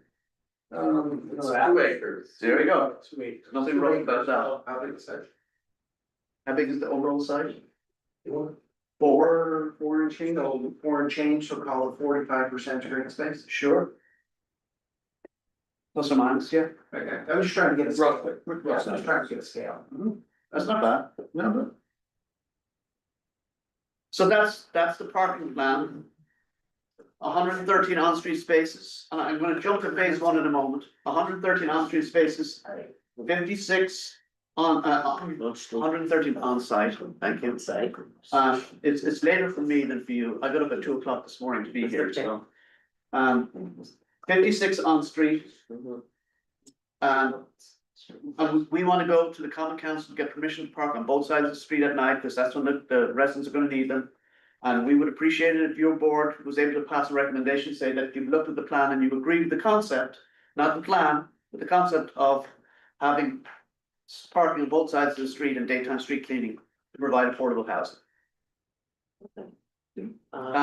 Phase one is similar, except that we're taking out 11 spaces and putting back 23, because that's what exists here now. So we will have more on-site parking by 12 spaces in phase one. So it's gonna be better, but that's why I went to phase two first. If phase two works, then phase one works. And because we have more on-site parking spaces, we may or may not go for the overnight parking on both sides for phase one. That's in the plan for phase two, that's what we need to make it work. How do you enter the back parking lot of phase one of building A? Under the building. It's gonna be like a. Like a tunnel. Okay. So how are you, just so I have a full understanding of the project, are you coming in, obviously you're gonna do secret on the whole project, but are you coming in for just phase one right now with the intention of coming back for phase two in a couple of years? Are you doing one site plan application with both phases separated by sheets, this is phase one, this is phase two? With the build out times different, what's the plan? Sure, I think our intent was to come in for phase one because that's what's gonna be built now. Okay, I think, my recollection is that the board wanted to get a sense of what phase two would be, so when you look at phase one, you can include the review. So John, I'm gonna step out of my role, my lane here, right, and say, we know it's a phase two, we've got pretty decent plans, we don't want to do segmentation. okay. So it might be a good idea to get seeker done, because we did a traffic. Seeker will be the full thing. Yeah, seeker has to be, Yeah, so that's why that's we what I'm asked. saying, so that's what I'm saying, seekers phase two, traffic study parking, Of course. the site plan will be a site plan application for phase two. I agree, and I think we had that discussion.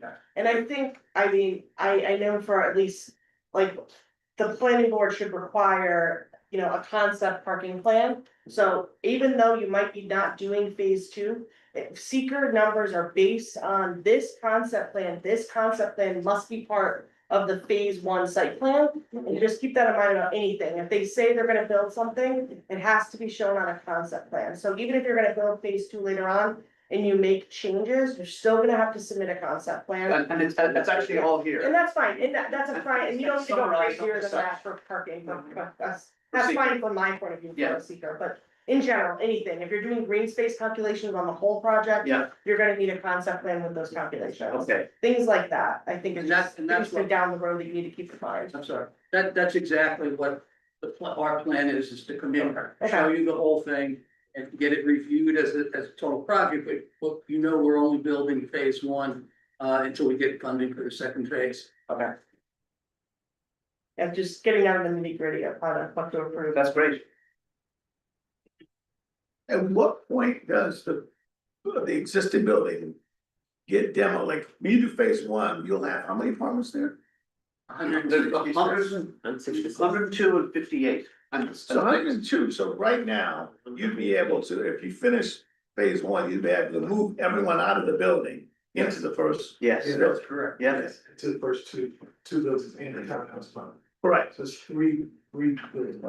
and at what point are you demoing the structure that's there? Once we have everyone out of the building, and finish phase one, we'll get a funding application for phase two, and phase two will include the demolition. of Yeah, the- so in between phase one and phase two. That's correct, Okay. that's correct.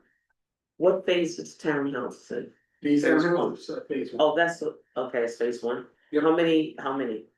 There's 4 buildings, 6 units. So 4 townhouses, but there's 6 domiciles, independent units in it. Don't ask me to, the architects here can explain, it's too late for me. So there's one townhouse gonna be just one family? There are 3 actual structures, okay, I believe 2 or 5 bedroom townhouses.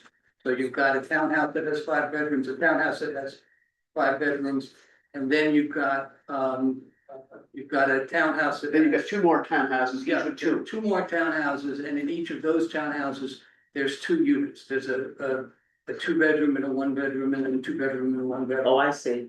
2 townhouses with 5 bedrooms, but it's 1 townhouse each. Then it's another 2 townhouses that have 2 independent units, 2 Yes. family. Yes, So yes. 2 family and 2 1 family. That's, well, Okay, so that's- we're still working on that. That's right, that's where the 6 is. Maybe a 2 and a That's where 3. 4 and the 6. Yes. And so phase one is that building. You're right, That one and this one and this one. but physically, the first building that's gonna be built. John? This will probably start on B, okay, but the A building will be right after it. Okay, You'll actually see construction on both of those, so you'll be At the able to do same- excavating on one. yeah, Okay, and obviously the townhouse is almost a standalone. right.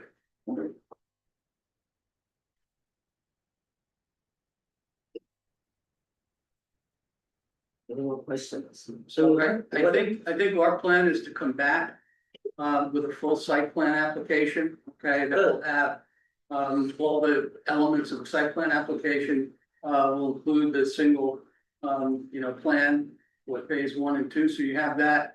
And then if we have to go to the city council and whether about the parking issue, we can certainly do that. And I wanted to say, all of these trees, they block vision. Okay, so think about Street trees. all of them, because you got traffic coming both ways turning. And when you get to the corner, if you can't see what's coming, because there's no lights down there, it's all stop sign Yeah, and human. yeah. And the ability of a human to stop and then go when they think they don't see anything. Yeah. Don't block the vision. Okay, so specifically to look at the intersection, Exactly, the driveways. exactly, coming out of the driveway parking lots, all of that. You know, those trees will block vision, I Yeah. know it, I mean, I live in Hudson and. And I think a lot of applicants come in here without full plans, a full set will include. The landscape. trees for everything, a lighting photometric plan. Yes, definitely. Preferably photometric, so we can see how far the light spreads, a full landscaping plan with phases, and if you're gonna phase out the landscaping, that's fine, but just show how you're phasing it. Right, That we can do. yes, please. So we'll see you in next month. I think so, yeah. We may just stay overnight. We'll definitely put you on the.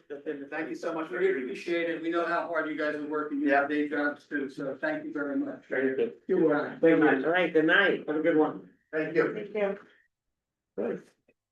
How many spots do you have on the eighty? Okay, so we're gonna hurry up through the rest of this, and get to Yeah. other We got business. bills paid, oh, we got other business. No, we got other stuff, let me get it down, let me get to it, okay? This is planning board business, we're making no comments from anybody. It's just lost. If you gotta go back, go ahead, but this is planning board, okay, they're not taking comments from that. Oh, Very please, When you got one thing you wanna say? desirability of over that, like how hard it is. Okay, all right, thank you. Get them in. Yeah.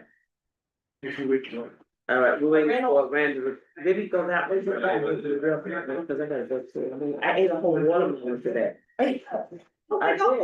Where's my flight?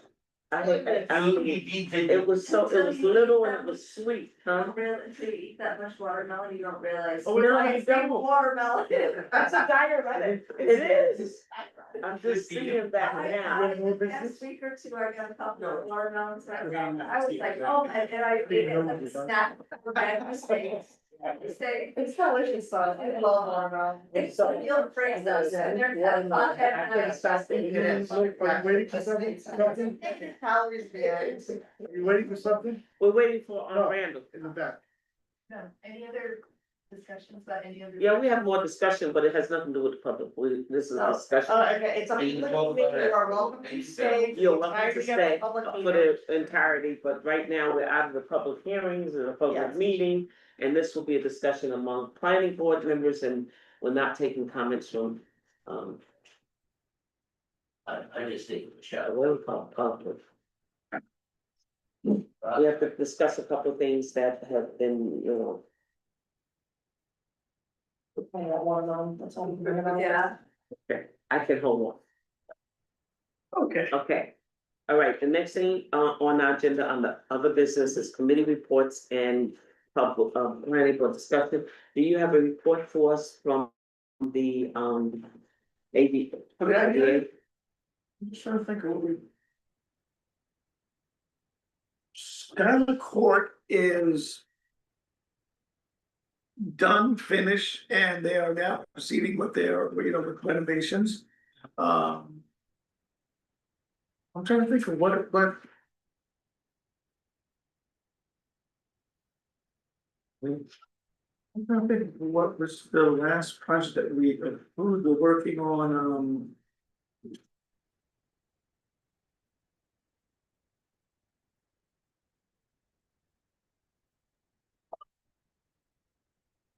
I'm sorry, I'm sort of blank. So simultaneously to the project that's coming here, the people that are doing John L. Edwards approached the IDA for funding for a pilot for their project.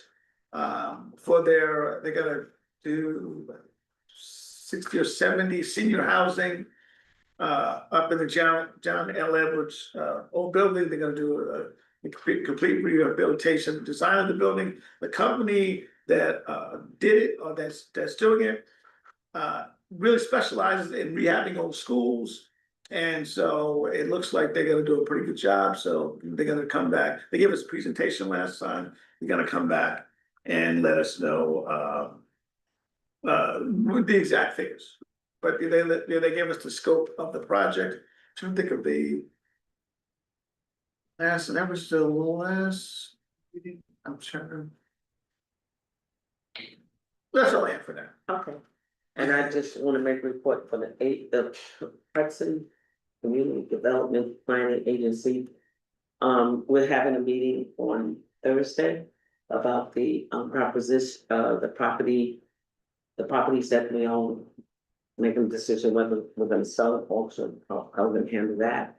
And the flood permit for Caruso is all finished.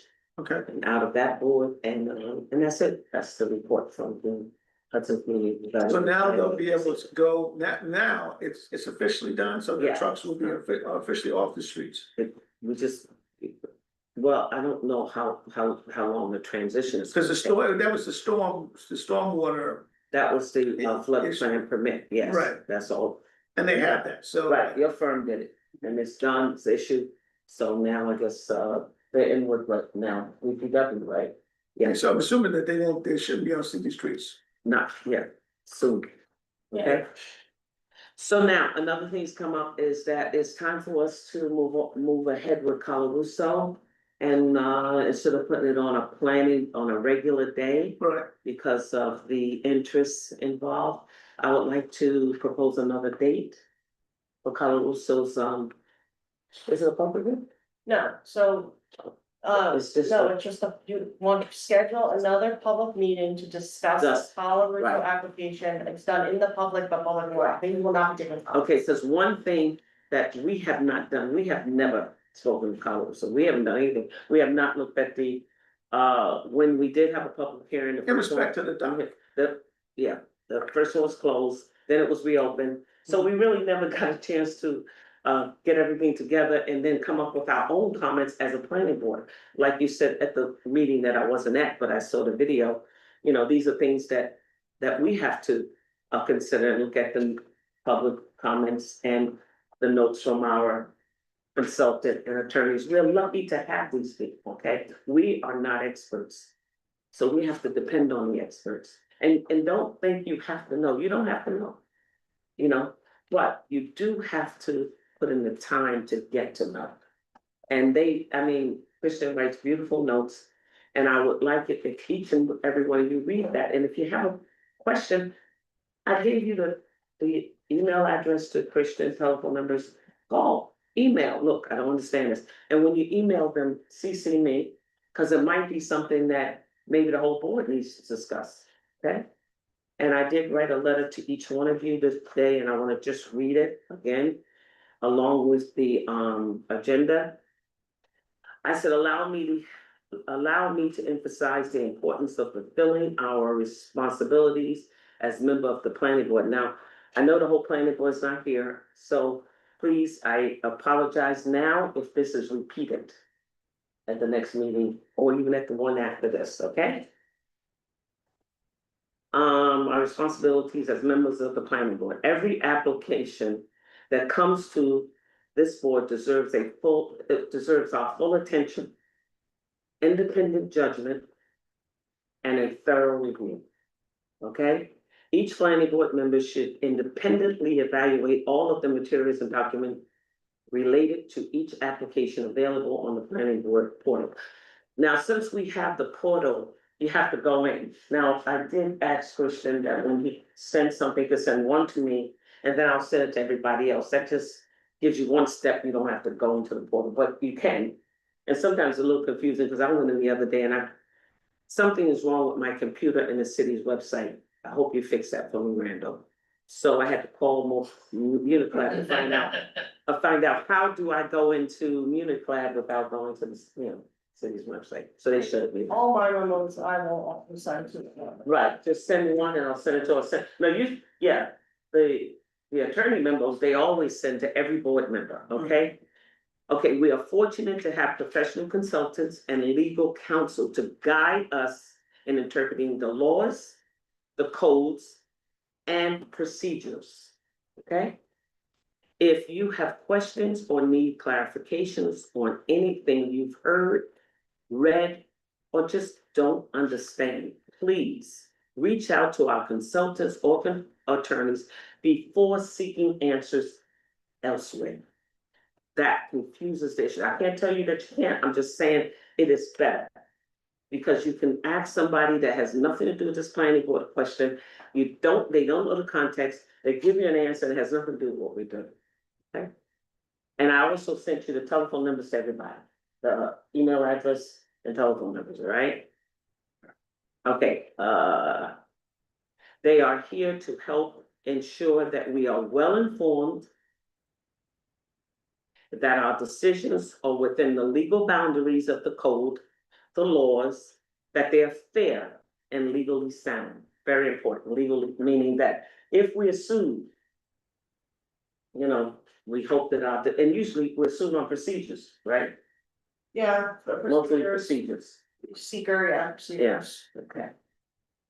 Therefore, Okay, And just to state, if you have a question too, you can ask it on the record.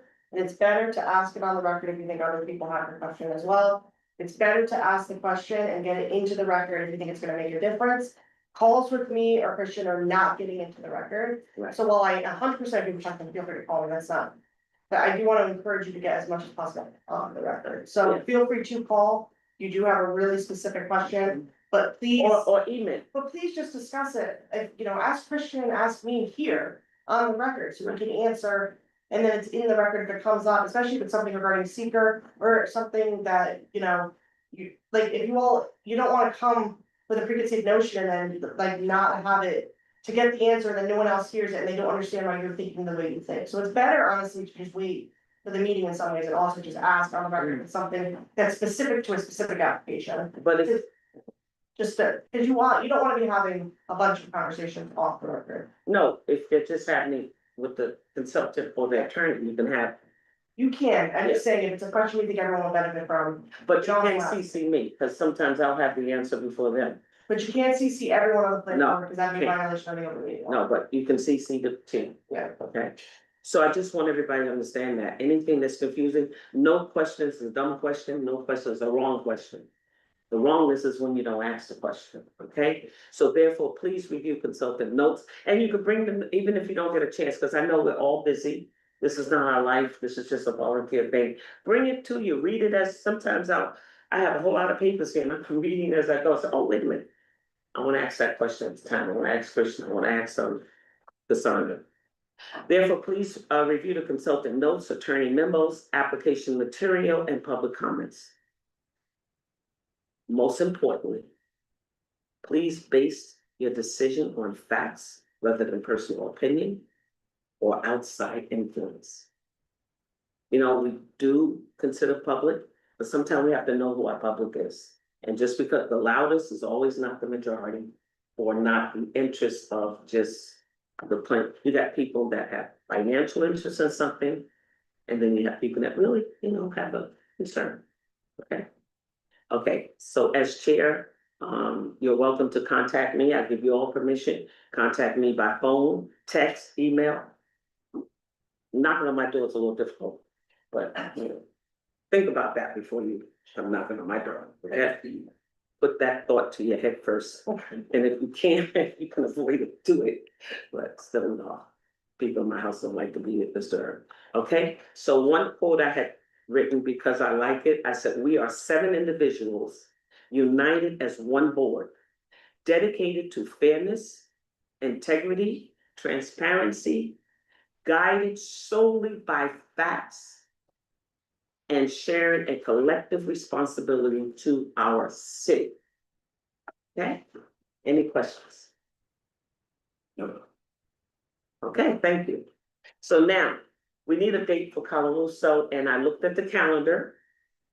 And it's unfortunate, but does everybody, can we get at least 4 members for the 27th of August? What time? 6:30. Any good legal? Jean? Yes. And I'll be able to send this out to the other 2 board members that's not here. Correct, yeah. Okay, I will be, and I'll send it out to, Well, the applicant's attorney's here, I would maybe confirm that they think their client is available that date. I'm sorry. Just so so you know, they can say they're not available? Well, you want them to come, and if they're not, I don't know, the Colorados are on family vacation that week, We're gonna have it on the 27th, okay, of August. So, since the close of the public hearing Yes, on the yes. 31st, Yeah. or the public comment period, we've Right. been working on responding to those comments. Yes, And our intent was when we submit that to request to be put back on the agenda, give you some time to look at that. We were well, no sense in responding to them because we haven't asked you any comments yet. Those are comments from the public, not from the planning board. We have not even asked. So, I think the first hearing, I hope we have comments then. Well, sure, and that's fine, and we can work out a date, I can check on the 27th if that works. I was just saying that we were envisioning putting that submission in before the next planning board meeting. I think we envisioned asking You you on can. the agenda for the, I guess, September And 9th. you can also be on the agenda for the 29th, but we wanna get started on the Okay. 27th, Okay, okay? yeah, This is gonna be for us to address the public comments that have come in, put them together, start thinking of what we wanna ask. So then you can come back with the address of everything, because you don't even have our comments. All you have is the comments from the public. correct. You do not have planning board comments. I don't remember making any. I mean, we talked about something, but nothing. Yeah, what we were working on was just responding to public comments. Yeah, exactly. Correct. So you can work on that if you like, and then, work on the ones we're gonna ask. So I'm hoping that every member of this board will have some comments. And if the attorney gonna get together for us like we did before. Like, put all the comments. Yeah, together, it's stuff like separate, that. yeah, it's just, They're making it easy for us to consolidate comments and show you where the most concerns are and, So we're good for the 27th, at least 4, yes, 6:30 to 27th. So do I have to have a motion for that? I usually like to do by that. Okay, can I get a motion to hold, Set a public meeting, Set a set a pub- special meeting, set sorry. a special meeting for the 27th of August at 6:30? Wait, where? City Hall. City Here Hall. at City Hall. I make a motion. A second. Okay. Okay. All right, somebody. You gonna write that out? Motion. No, No, just, okay. Okay, that's number one. Number two is that we need, all in favor? Any opposed? Okay. The second thing is that training. Everybody went to that 3 hour. Thank you. We got one more hour. So we do have it in our budget for the attorneys to give us that hour. And we've asked for ethics, which is a very important part of the planning board responsibility and duties. So that we can know, who we are and how we stand and how we're supposed to operate, okay? So we would like to get a date, what are we doing? And it's gonna be Zoom, Okay, so we're doing 2017. 27? No, I mean, that's. Okay, can we get back to everybody? We're gonna put it on the agenda that we're going to have it, but I can send Yeah, emails out for. Yeah, I mean, we could do the end of August, it just needs to. I could ask, no, I don't, I already have 3 meetings that day, like. That makes for a long day too. Yeah, I don't. Okay. Victoria has like 5 meetings that day, so let's pick a different day. Okay, all right, so I can send out emails trying to get dates, right? Yeah. But So I have your permission. me and Victoria have a lot of time at the end of August, beginning, first week of September might be better, to be perfectly honest, cause I'm looking at. Our calendar and a lot of our support stuff hasn't been scheduled yet at least, so. Okay, I'll send out an email for everybody to kind of get the dates out. First, we'll get your dates, and then from their dates, we'll try and get a date. It'll be a Zoom training, it could be, right? Yes, it's all gonna be Zoom, it'll be on Zoom for an hour and it'll count towards your 4 hours of credit. Okay. Okay, that's it for that. Now we go to escrow. We go to Jean, who is our escrow coordinator and planning board treasurer.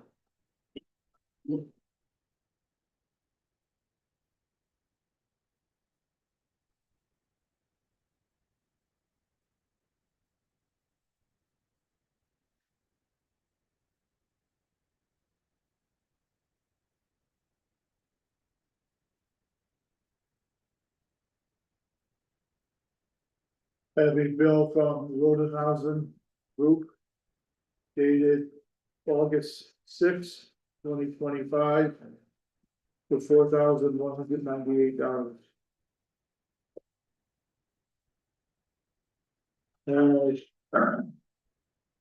Bill from Barton Lagutis dated August 2025 for $8,167.50. And there was another one included from Barton Lagutis, which was approved last month, I believe. July 10th. What date is that one dated though? July 10th. Okay, done. When was it? I don't. July 10th, I think the meeting was before that, wasn't it? Yeah, this came in after the fact. Yeah, so Okay, for But then we approve it, what you said, yeah, just to put it on the record, approve all 3 of them, all right, if you want to. I will do that. Water Lagoon is dated July 10th. $14,591.75. A motion to approve the bills to be paid. Yeah, go ahead. I'll make a motion. Can I second? Yes. All in favor? Any opposed? Okay, good. With the escrow balances. 360 State Street, John L. Edwards. Wait a minute, those are people that has to be replenished. The John L. Edwards hasn't. Have they even put an They application yet? haven't put an application in, but we have a bill for $390. 60 State Street, I don't know what that is. That's the John Webb. That's John L. Oh, yeah, because we did all the secret stuff for them. Right, Okay. so we haven't did escrow on them? No, because they weren't for the board, so they'll come, just leave it, they'll come back, they have to get credit work. Okay. And 7072 North Fifth Street. They submitted $1,000 check. Okay, well, it's not reported with the treasurer's office. And there's You a, said ask for those, so I don't think I could ask for more. there's a, there's a bill for $208 and there's no money there.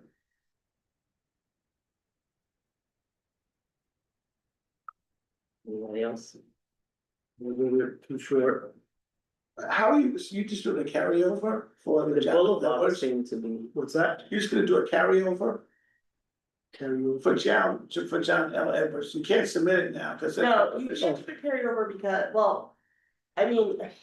Like, the way escrow procedures don't work that way, so like, they don't have escrow with the planning board as a special account that only the planning board funds can draw from, it's permitted under law, you can't just pull from an account, so. There have to come before the planning board, so when you said escrow, But we gotta wait until they come before the Yeah. planning board. So that's what I'm saying, you kinda have to put it. yeah, so somewhere. just leave the bill, and it's part of their overall review. You just did an initial seeker review because of the, So how does he know this, so it doesn't get lost, is that what I'm saying? Like, oh, I see what you're saying, yeah. So yeah, just carry over, just leave it on all the building samples.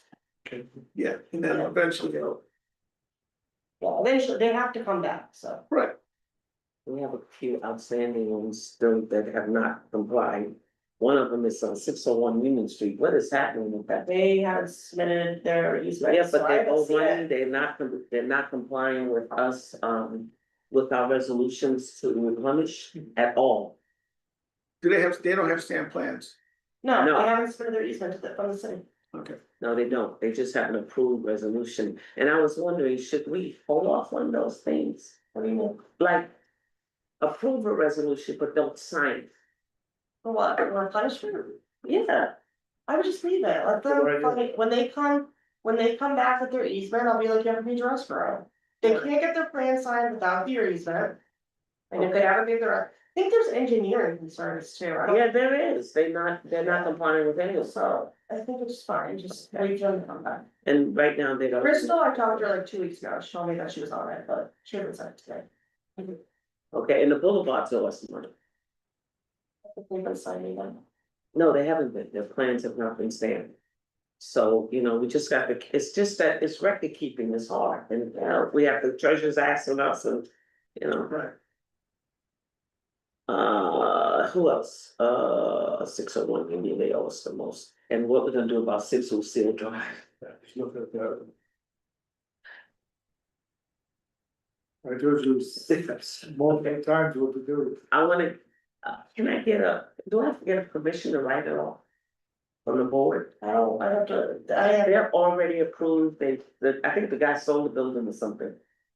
This came up after 6 Lucille Drive. 6 Lucille Drive, it came up after, the bills came after they were approved. This is a couple of years ago. What was this? I mean, they were approved. It was subject to set easement, that's correct, I knew it was, because I put it on it. I don't even remember them, I But- before me. Was it a lot line adjustment? There was a lot on it. Oh. I don't think, then I must have not stamped their plans. Yes, and then they don't have stamp plans after. You should So how not is it that they don't have stamped plans?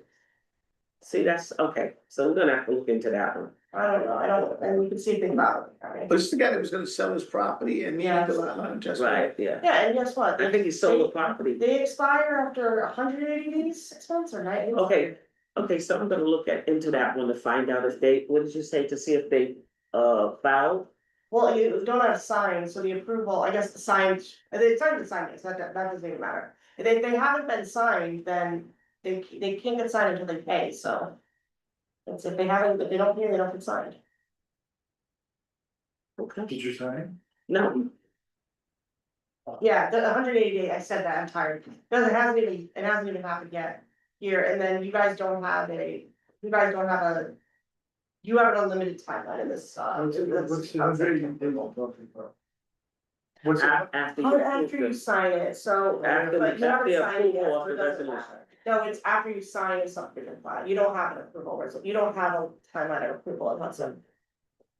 My recommendation you have, you don't have. And there are quite a few that need to get their money back, so do I have to get a approval from the board for me and Jean to work on that? It all depends on what the city required, I mean, and I write sign off letters, so if there's extra conditions, I No. write a sign off letter. Usually it's just a memo that we write to the treasurer. Yeah, so. Okay, We'll go get together. yeah, we're gonna get together and get some of these people their money back, they haven't asked Not for it, actually, I was. I'll put lunch, dinner, and. Okay. Alright. Get that done. After that, we got that, so, what's next?